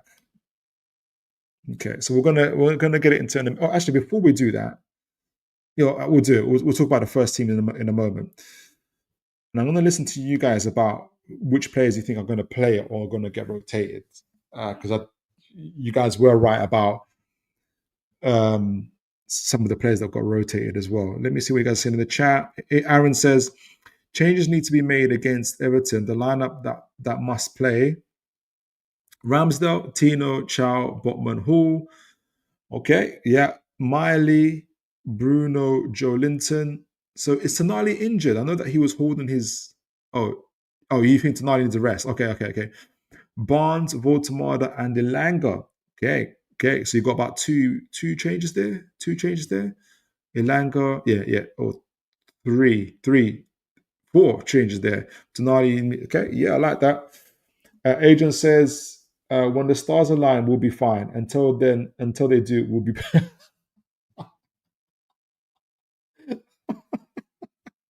Exactly. You got my camera off, Adrian. I was doing so well. I was doing so well. I was doing so well. My camera was so behaving itself. Uh, for some reason, it's doing a dodgy one. Let's see if we can get it to work. My camera was behaving itself until that happened. Aaron says if Eddie plays Pope, it will be to his detriment and set a standard that you get rewarded for making mistakes. That's not the standards I want for our football club. He shouldn't be. He shouldn't be near the first 11. Yeah. So Aaron is very and a lot of fans echo that as well. A lot of fans echo that. What's happening to my camera? Why won't it says USB? Why won't they let me use it? Okay, finally, I'm back. I'm back. I'm back. Adrian, don't make me laugh again, otherwise we're in trouble. All right, so um I would have liked to have just started. So before let me um get into my first team first. And so I have started with Ramsdale. I think he should play. Um if Obajog's still here, I'd love to get his views on Ramsdale because we're all keen for him to start. Would you have Ramsdale over Pope? So Chow, right, centre back.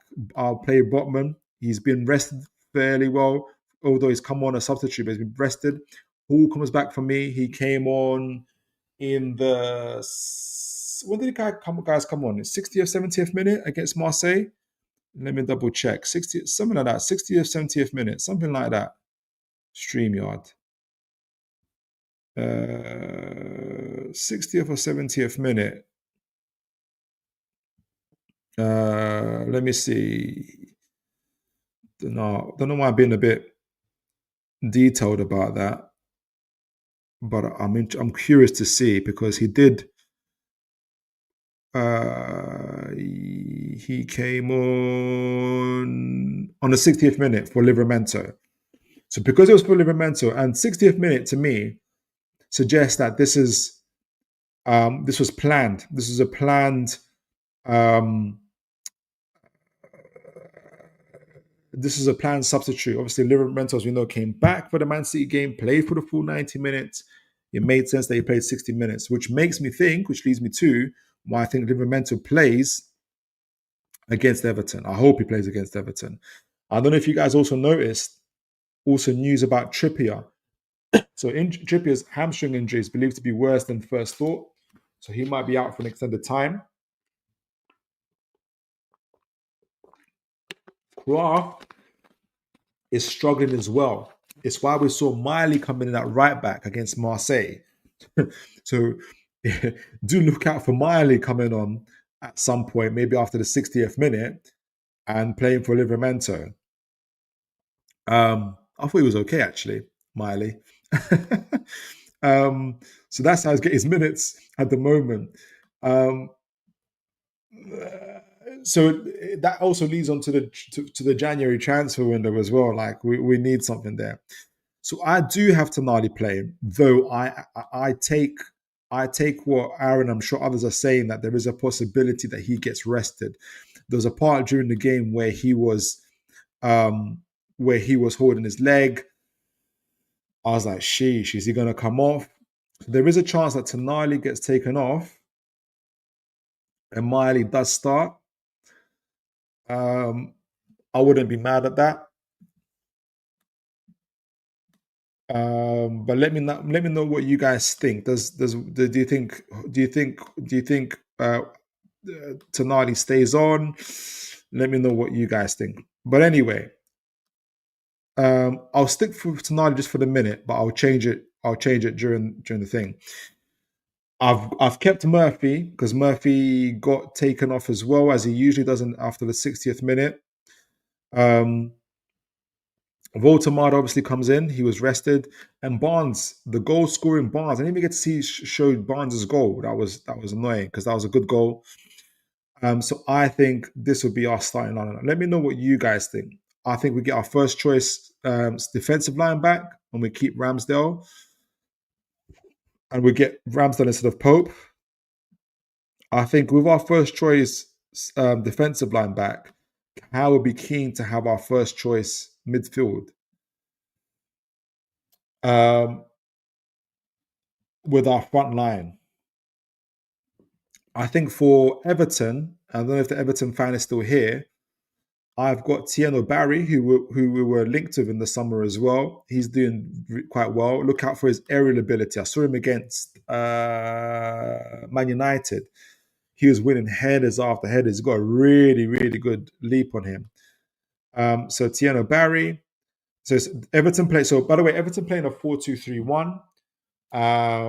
Forming triangles on the flanks with Grealish, Dewsbury Hall and Mikalenko, or Barry, Grealish, Dewsbury Hall, those type of on the left, on the right in Jai.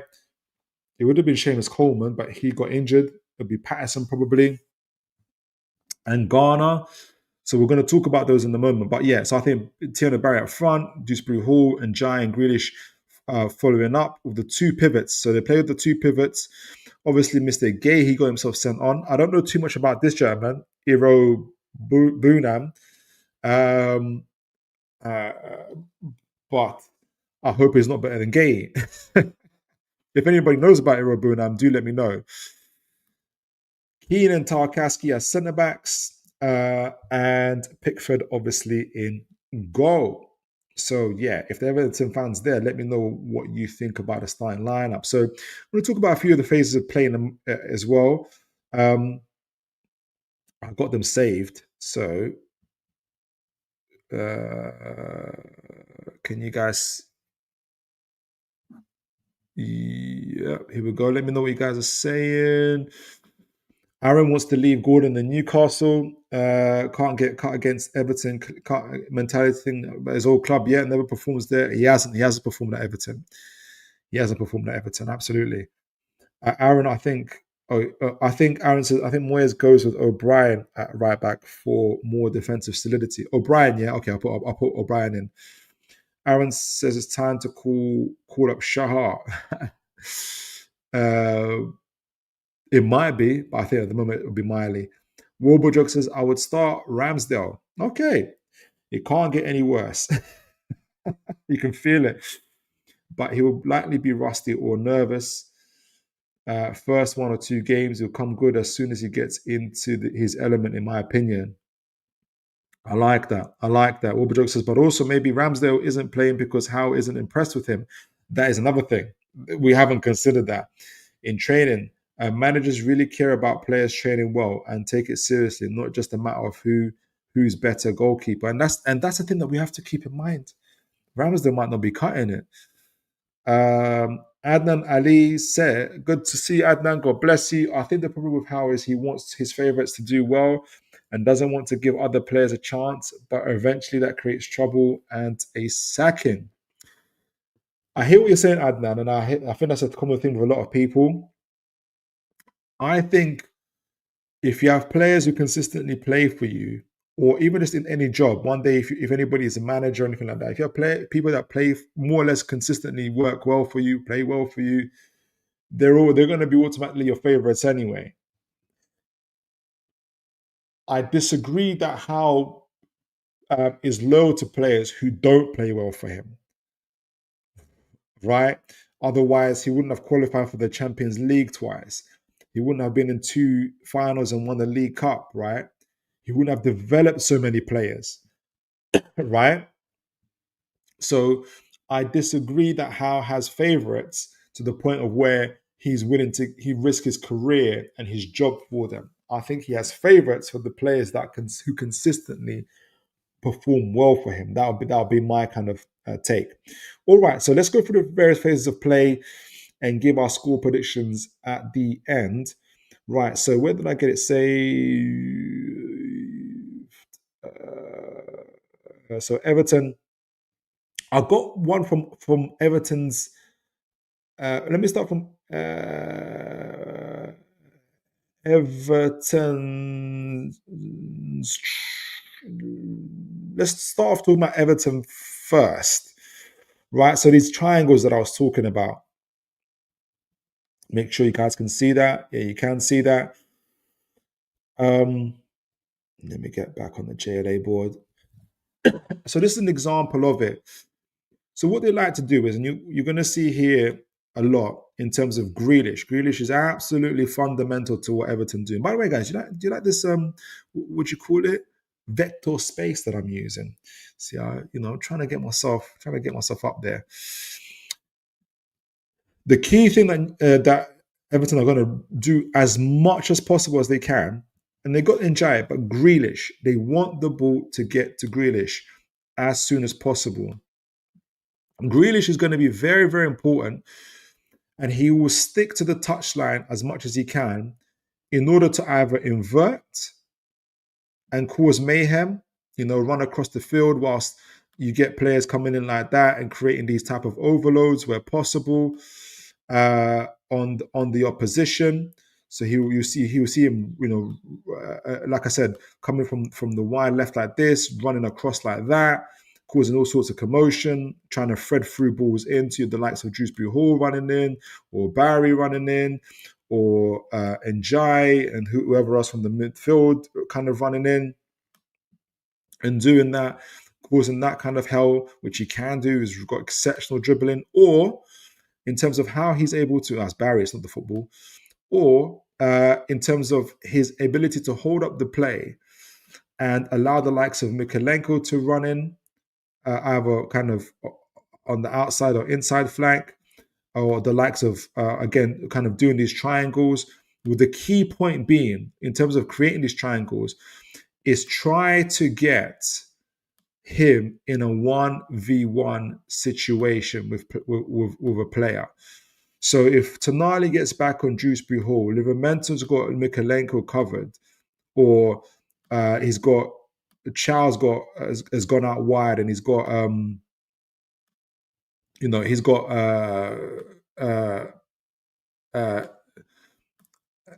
sorry, if Livermento goes out wide, for instance, can Grealish get himself in a 1v1 situation with a Chow or a Livermento, whoever's in the middle there? That's one of the big areas that they try to do, is try to get Grealish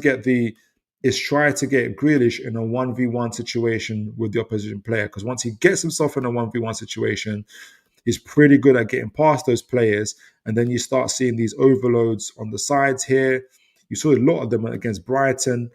You see him getting into the penalty box where he's very, very dangerous. And then you start seeing these type of cutbacks and everything else like that. The other way is obviously when Everton break, you'll see Mykolenko and you see Dewsbury Hall especially. Dewsbury Hall is very, very important in that what he does is he'll get across to this left side, and what he offers is the ability to be able to gather to kind of break in play, to kind of gather the ball in this towards the half space here, so Grealish doesn't have to come back and collect it and have to have more work to do, either going on the outside or on the inside. What enables to do with Grealish, with Dewsbury Hall collecting the ball in these dangerous areas, is allow Grealish to stay out wide where he loves to be, question the defender. Does Livermento think, do I go out wide? You guys remember last season when Man City played us at home and Grealish was out wide and Livermento went out to try and make the tackle. And what happened is Trippier went out. This time, obviously, Livermento. Grealish skips past him, runs into the box. I'm trying to remember the goal now. I'm sure there was a cutback somewhere. And I think it was, I can't remember, was it Nunes? Somebody scored for them. That's the whole idea. But the whole idea is to try and isolate Grealish with the opposition half. And you get that with Dewsbury Hall, right? So Livermento either has to think about coming out, or Chow coming out, or somebody coming to cover Dewsbury Hall in order to try and avoid these angles. The other situation that happens is, as I said, Grealish comes inside like this and causes mayhem, or stays out wide, allows Mykolenko to make the runs and gets the ball out wide to him, where again you get these type of crosses into the box, guys rushing into the box, and Mykolenko making the passes out wide. Similar situation, but possibly less effective because of the quality of player. Someone said O'Brien instead of Patterson. So let me put O'Brien. O'Brien's like 6'6", isn't he? Something like that. He's massive. If that's the O'Brien that I'm thinking of. So be O'Brien instead of Patterson. But similar, they'll try to create these triangle, not Tarkowski, goodness gracious. With Njai, though I think it's slightly different with Njai. Let me show.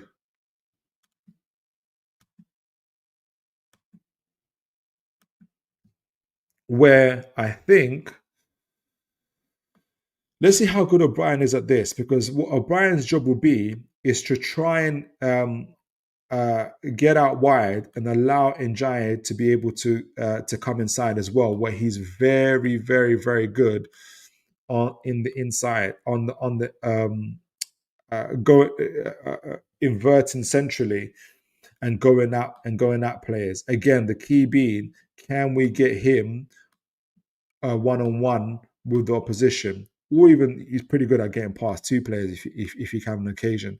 And you see him trying to get shot goals outside, inside the box. Got a really good goal against, what's his name? Sunderland, right? But like I said, I think the quality here in terms of being able to is a bit less to compare to what you have with Dewsbury Hall, Grealish, and a little bit of Mykolenko. Garner's got quality on the ball, but I don't know how good O'Brien is going to be in terms of making these runs that allows them to kind of isolate Hall or Joe Linton, especially Hall, really, and trying to get in behind Newcastle United. That's going to be like the big thing that Everton, I think, are going to be trying to do.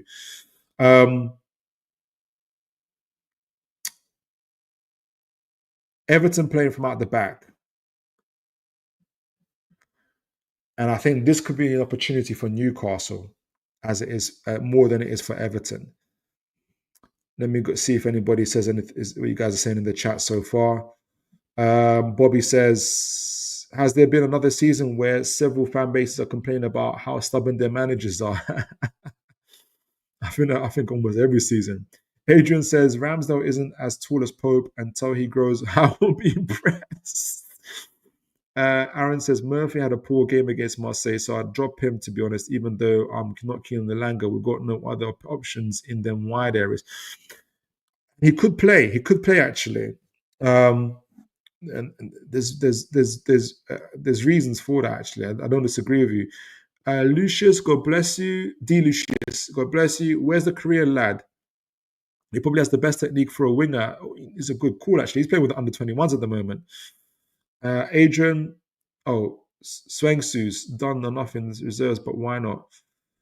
Bobby with his slot, Amarim stubborn on the point of almost getting himself sacked. Maresca with his inverting, but come on, Bobby, you're doing apps. You just beat Barcelona, Bobby. You just beat Barcelona, Bobby.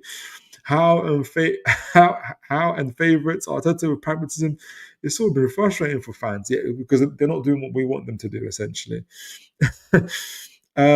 Right, so Everton playing out from the back, and I think this is I feel like this is more a chance for Newcastle than it is for Everton. I think the key for it is whether it's Patterson or it's O'Brien. I think it might be O'Brien. I hope it's O'Brien. I don't even mind who it is, actually. I do think the quality on their right side compared to their left side is a little bit less. I think with Njai, if they choose to play it out from the back, Everton, I think Newcastle take the approach of, so what they'll try to do is have, obviously, split their centre backs. Tarkowski's not too bad on the ball. Keane too. But if we want to prevent the ball going out from to Grealish, essentially, because that would be the key thing that Everton are going to try to do, is Voltemada will be trying to block these passages to Keane, Murphy or Ilanga. Couldn't Ilanga play in this game? Yes, he could. He could. But okay. you guys let me know. How many of you guys think, if you think Murphy plays, just write Murphy in the chat. If you think Ilanga plays, write Ilanga in the chat, and then I'll swap it over. Okay, so Murphy on Mikalenko, Bruno comes in on the double pivot, and again, double pivot, we've done well against it so far with Man City, especially. You saw how well it worked. If we can do it against Man City, I think we can do it against Everton. With Bruno on Iriboam, Joe Linton on Ghana, Tonali in. It'll be interesting how he uses Tonali on Dewsbury Hall. And Livramento, he's got the choice of kind of keeping his distance, but keeping it with Grealish in his sights like this. So I think it'll be very difficult for them to play out the back. I don't know how good Iriboam is. I have no clue. If anybody knows anything about this Everton player, let me know. Is he press resistant? He's going to have to be press resistant if he's playing against Newcastle. Right? So I feel like it'd be very, very difficult, and obviously with for them. So with that said, even you see Barnes trying to press him as well. We're trying to be interesting because we want to block them from going to Grealish and force them to go out wide. If it doesn't go long, then you got Tarkowski, and you prefer him to go to Tarkowski. It might be that you've got our O'Brien here, but again, that's what allows us to kind of press. You see Barnes trying to press, Joe Linton come out to O'Brien. I don't know how good he is with the ball. You don't want Giants necessarily in 1v1 situations with Botman here, but I think Botman stays tight or Hall. It'll be really interested in how we do this in terms of if Everton, if the path to Grealish is blocked, how do they deal with this press? It'd be really, really interesting because then I can see in this situation. Oh, I heard my audio go. Let me know, you guys can hear me. I hope you guys can hear me. I heard something in my audio, but I hope you guys can still hear me. Barnes comes to close. Even if he gets it out to Tarkowski still, you'll have Joe Linton, you'll have Tonali pressing, you get Hall. Like it's not going to be the side that they favour. I think there's a good chance for Newcastle to play out wide. Pickford goes long. If Pickford goes long in these type of situations, Tiana Barry is good on the ball, but I do still fancy Chow in 1v1 situations. I still fancy Tonali even to pick it up if Mr. Barry wins it. I still fancy Tonali or Bruno to win the second ball, and we can get our kind of advantage that way. Grealish likes to hang on the touchline, so he won't be as involved. Iriboam again will be. I don't know how good he is. Can he collect the ball? We'll see. But I can see Newcastle being really, really good when it comes to Everton playing out from the back. Ramsdale playing out from out the back is the other kind of option I think Newcastle will have. And this is why I think I would like Ramsdale to play, is because of his ball playing ability. So we're playing out from the back. And this time round, we have options as opposed to what we had before, because we've got players that could play very well on the ball across our back line. Whether it's Botman and Chow, who will be in these type of situations, or whether it's Livramento, who's really good at carrying the ball, right? Or whether it's Hall, and we know how good Hall is in tight spaces, right? So it'll be interesting to see what do Everton try to do? How do they plan to press, if at all, or do they go into a mid-block? So if they try to press from the beginning in terms of we don't want the ball to go out to Hall because we don't want that left side to punish us as it did Man City. You have Barry obviously here on. Why have I got Chow on this side? It should be Botman on this side. On Botman, Njai on Hall, Ghana on Joe Linton. Then you'll have Tonali and Bruno dropping in. So you'll have Dewsbury Hall on Tonali or Boehm on Guerrero. It'll be very interesting to see how that works. And obviously, Grealish free to go on Chow or hang back against Livramento. Mikalenko will be there as well. Still think we can play out the back, but the ability that we have with Ramsdale is that he's because of his ability on the ball, he has the ability to break the lines. I think if Tonali, for instance, if we create situations where Tonali goes out wide, Dewsbury Hall follows him, Voltamada or Murphy, Voltamada drops in, Ramsdale's got the ability to get the ball in, and then you can start getting these type of overloads going in from the back. And then you can get, where's my, and this is where I think instead of Murphy, I'd want Ilanga. Maybe then you do want Ilanga in these type of situations and start creating these type of overloads, right? And Voltamada either carrying the ball or, kind of then you get these 1v1 situations of Barnes, Ilanga, Keane. Keane isn't catching Ilanga, right? So you got those type of opportunities there for us to play out from the back on the sides as well. And or even our players in terms of, again, I don't know how good the Rehoboam is. I still fancy Tonali against Dewsbury Hall with his back turned, or Bruno with his back turned to Dewsbury Hall and to be able to turn him. And if that happens, for instance, if Bruno is able to turn him, Tonali's on his bike, Barnes on his bike, Voltamada has been very good at now beginning to run out from the back, Elanga run out the back. And then it's a real big problem for them. And that's why, and I'm only thinking of this now, I feel like Everton will choose a mid-block situation. But Ramsdale is even, again, just back to Ramsdale again, very good at kind of almost like, what's the pass? Those kind of drives in the air as well, to even get the ball out himself if need be. It's partly why I think Everton may choose a mid-block. Let me know what you guys think. If I was Everton, personally, I would choose a mid-block. Against Newcastle. So Grealish, Barry out front.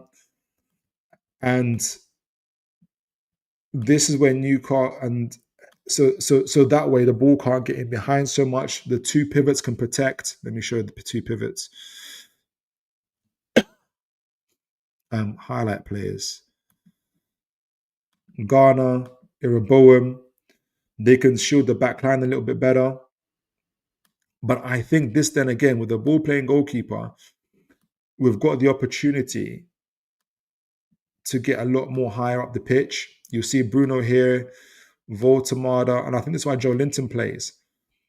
They're really good in the air, and you see us kind of targeting them. Ramsdale will be really good either going directly to try and get the ball over to Joe Linton and to Voltamada to win it in the air, as we did against Man City, win in the air, or even at the very least, your Tonali's, you see Barnes trying to run in behind, for instance.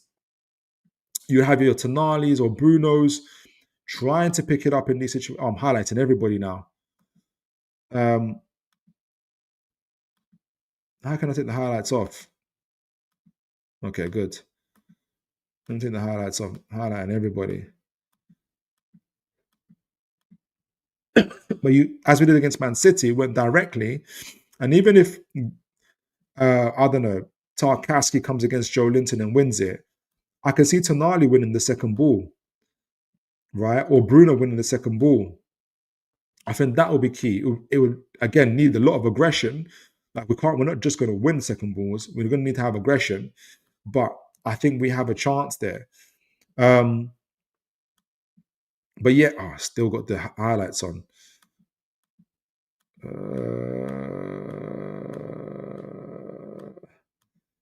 As well. So there's still opportunities, and I think even more so in terms of we're able to build out more, and this is what allows, if they're going to go in the mid block, you have the likes of Chow who's able to carry the ball. It's going to give us more of a chance to start forming triangles. Bruno, I don't like this one.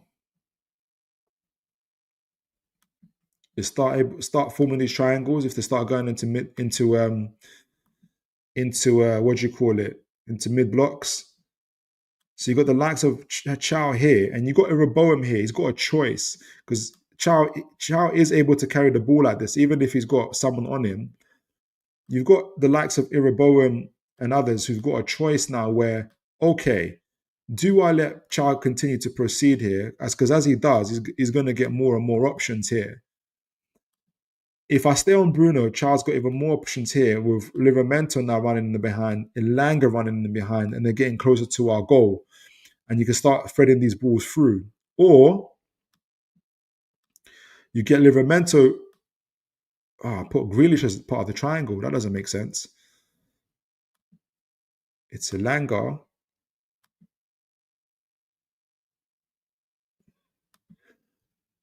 Excuse me, guys. Or you start getting these kind of, you start saying Livramento out wide, Grealish having to defend, go out wide. And maybe that's why Elanga does play in kind of 1v1 situations of it with who was the name? With Mikalenko, Bruno dropping in, Robom has to follow him, Tonali. You start getting these type of situations, triangles forming.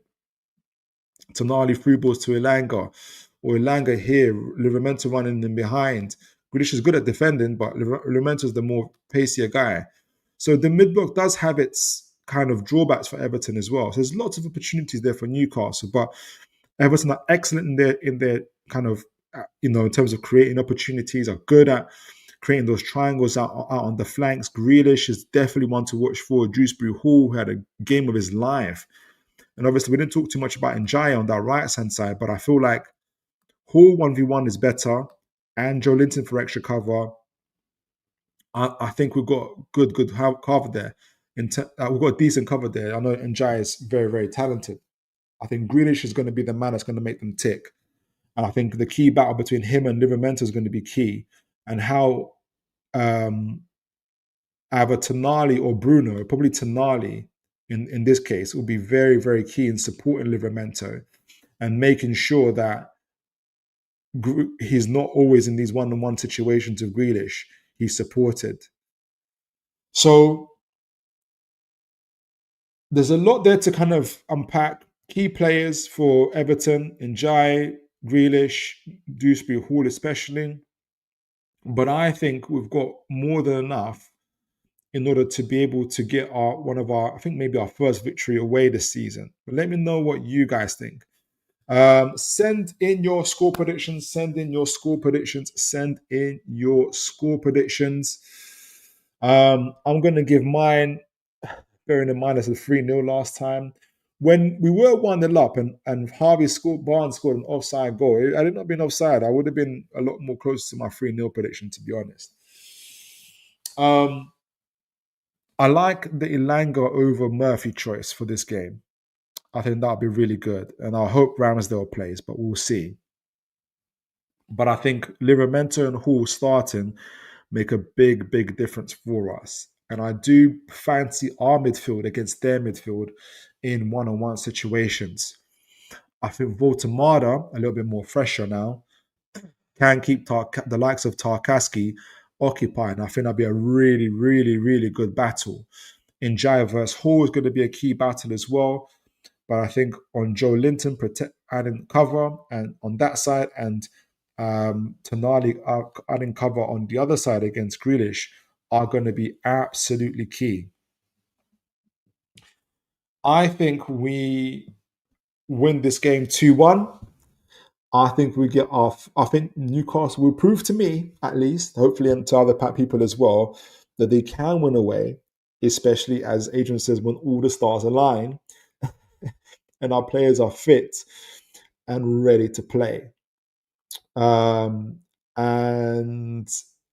you'll probably see Miley come in as right back at some point during this game as well. So yeah, 2-1 to Newcastle.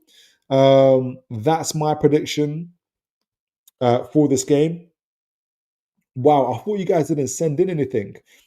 My chat froze. I thought, oh, these guys didn't send me their predictions. And I just played with the scroll button and all these chats came up. So it's 2 on my predictions, and then let's see what you guys are saying, and I'll give my conclusion. Bobby says Chelsea just beat Barcelona with 3-man midfield. Whenever Maresca has a big game, he puts his box midfield in the bin. It's pure Poch ball. Okay. So it's not Maresca. It's Pochettino. I think Arne Slot needs to do the same thing. Aaron says Mikalenko likes to go forward. I fancy Langer in a foot race against Keane. Absolutely. That's going to be key. That's going to be absolutely key. And actually, you just reminded me, I'm supposed to close up, but when they do press like this, let me get back to the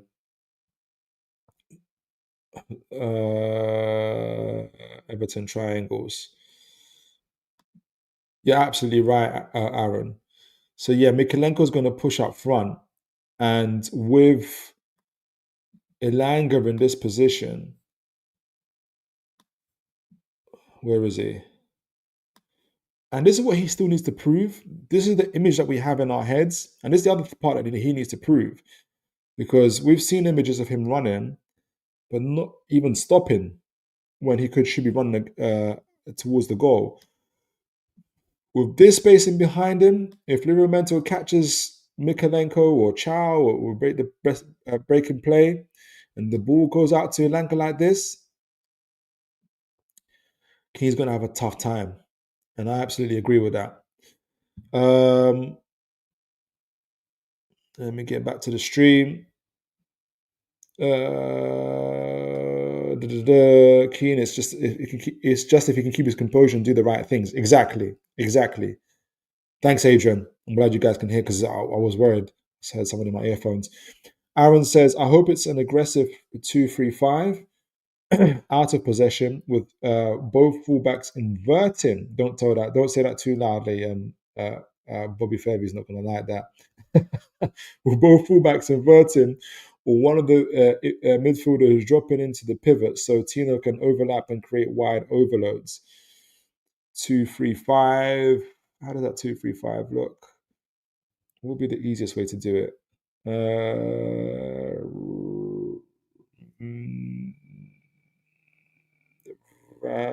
Maybe Ramsdale kickoff.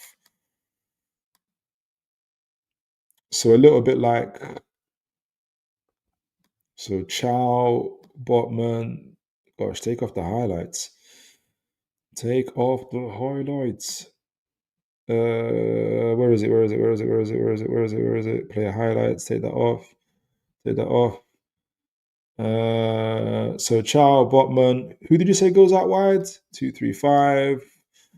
Maybe Brew. Oh, okay. Let's do it like this. Tonali, Joe Linton. We've got Murphy here. Should be. I'll make it Elanga. Yeah, very aggressive. Elanga. Take off the highlight. All right. So yeah, that's super aggressive. Yeah. I think we did that against Fulham, and I want to say Forest as well. Super aggressive. Keep Hall and Jai having to go back instead of going forwards. Yeah, I like that. For sure. Back to StreamYard. Send in your score predictions, guys, and please do remember to like, share, subscribe.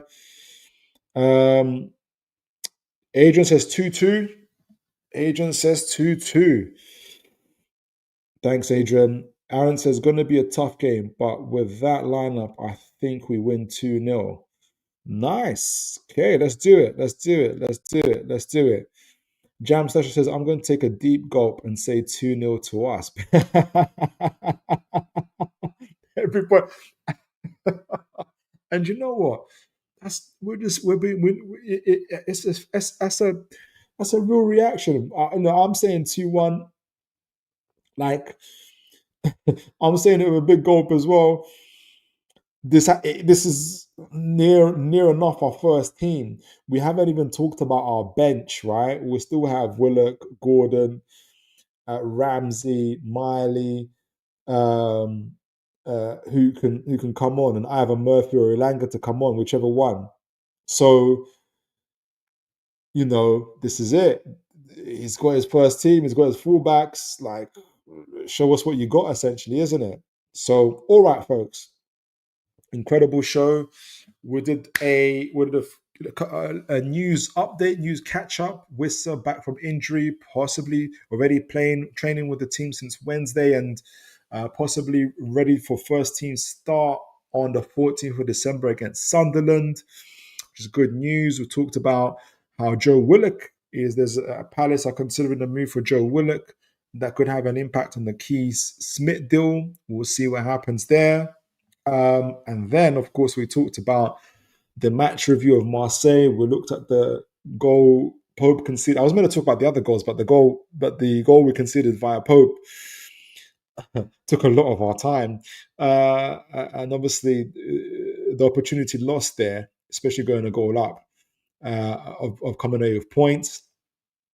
But no matter, we talked about Everton, who've been in decent form, home and away, fairly consistent as well, with some really good technical players in Dewsbury Hall, Grealish, and Jai, and they're flying fullbacks, creating those triangles on the flanks as well, rotating all those cutbacks and dangers in the penalty boxes, and what Newcastle have to be aware of in those type of situations. But overall, I think in terms of personnel, Newcastle have the opportunity here to, in terms of having their team ready, almost like 80-90% back, especially with Hall and Livramento.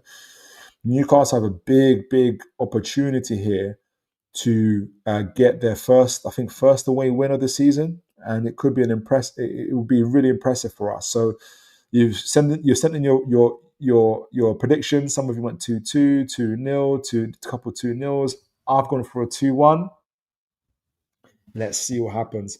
But as always, folks, thank you for all your chats, all the likes, all the shares. Make sure you look after each other. And as always, folks, God bless.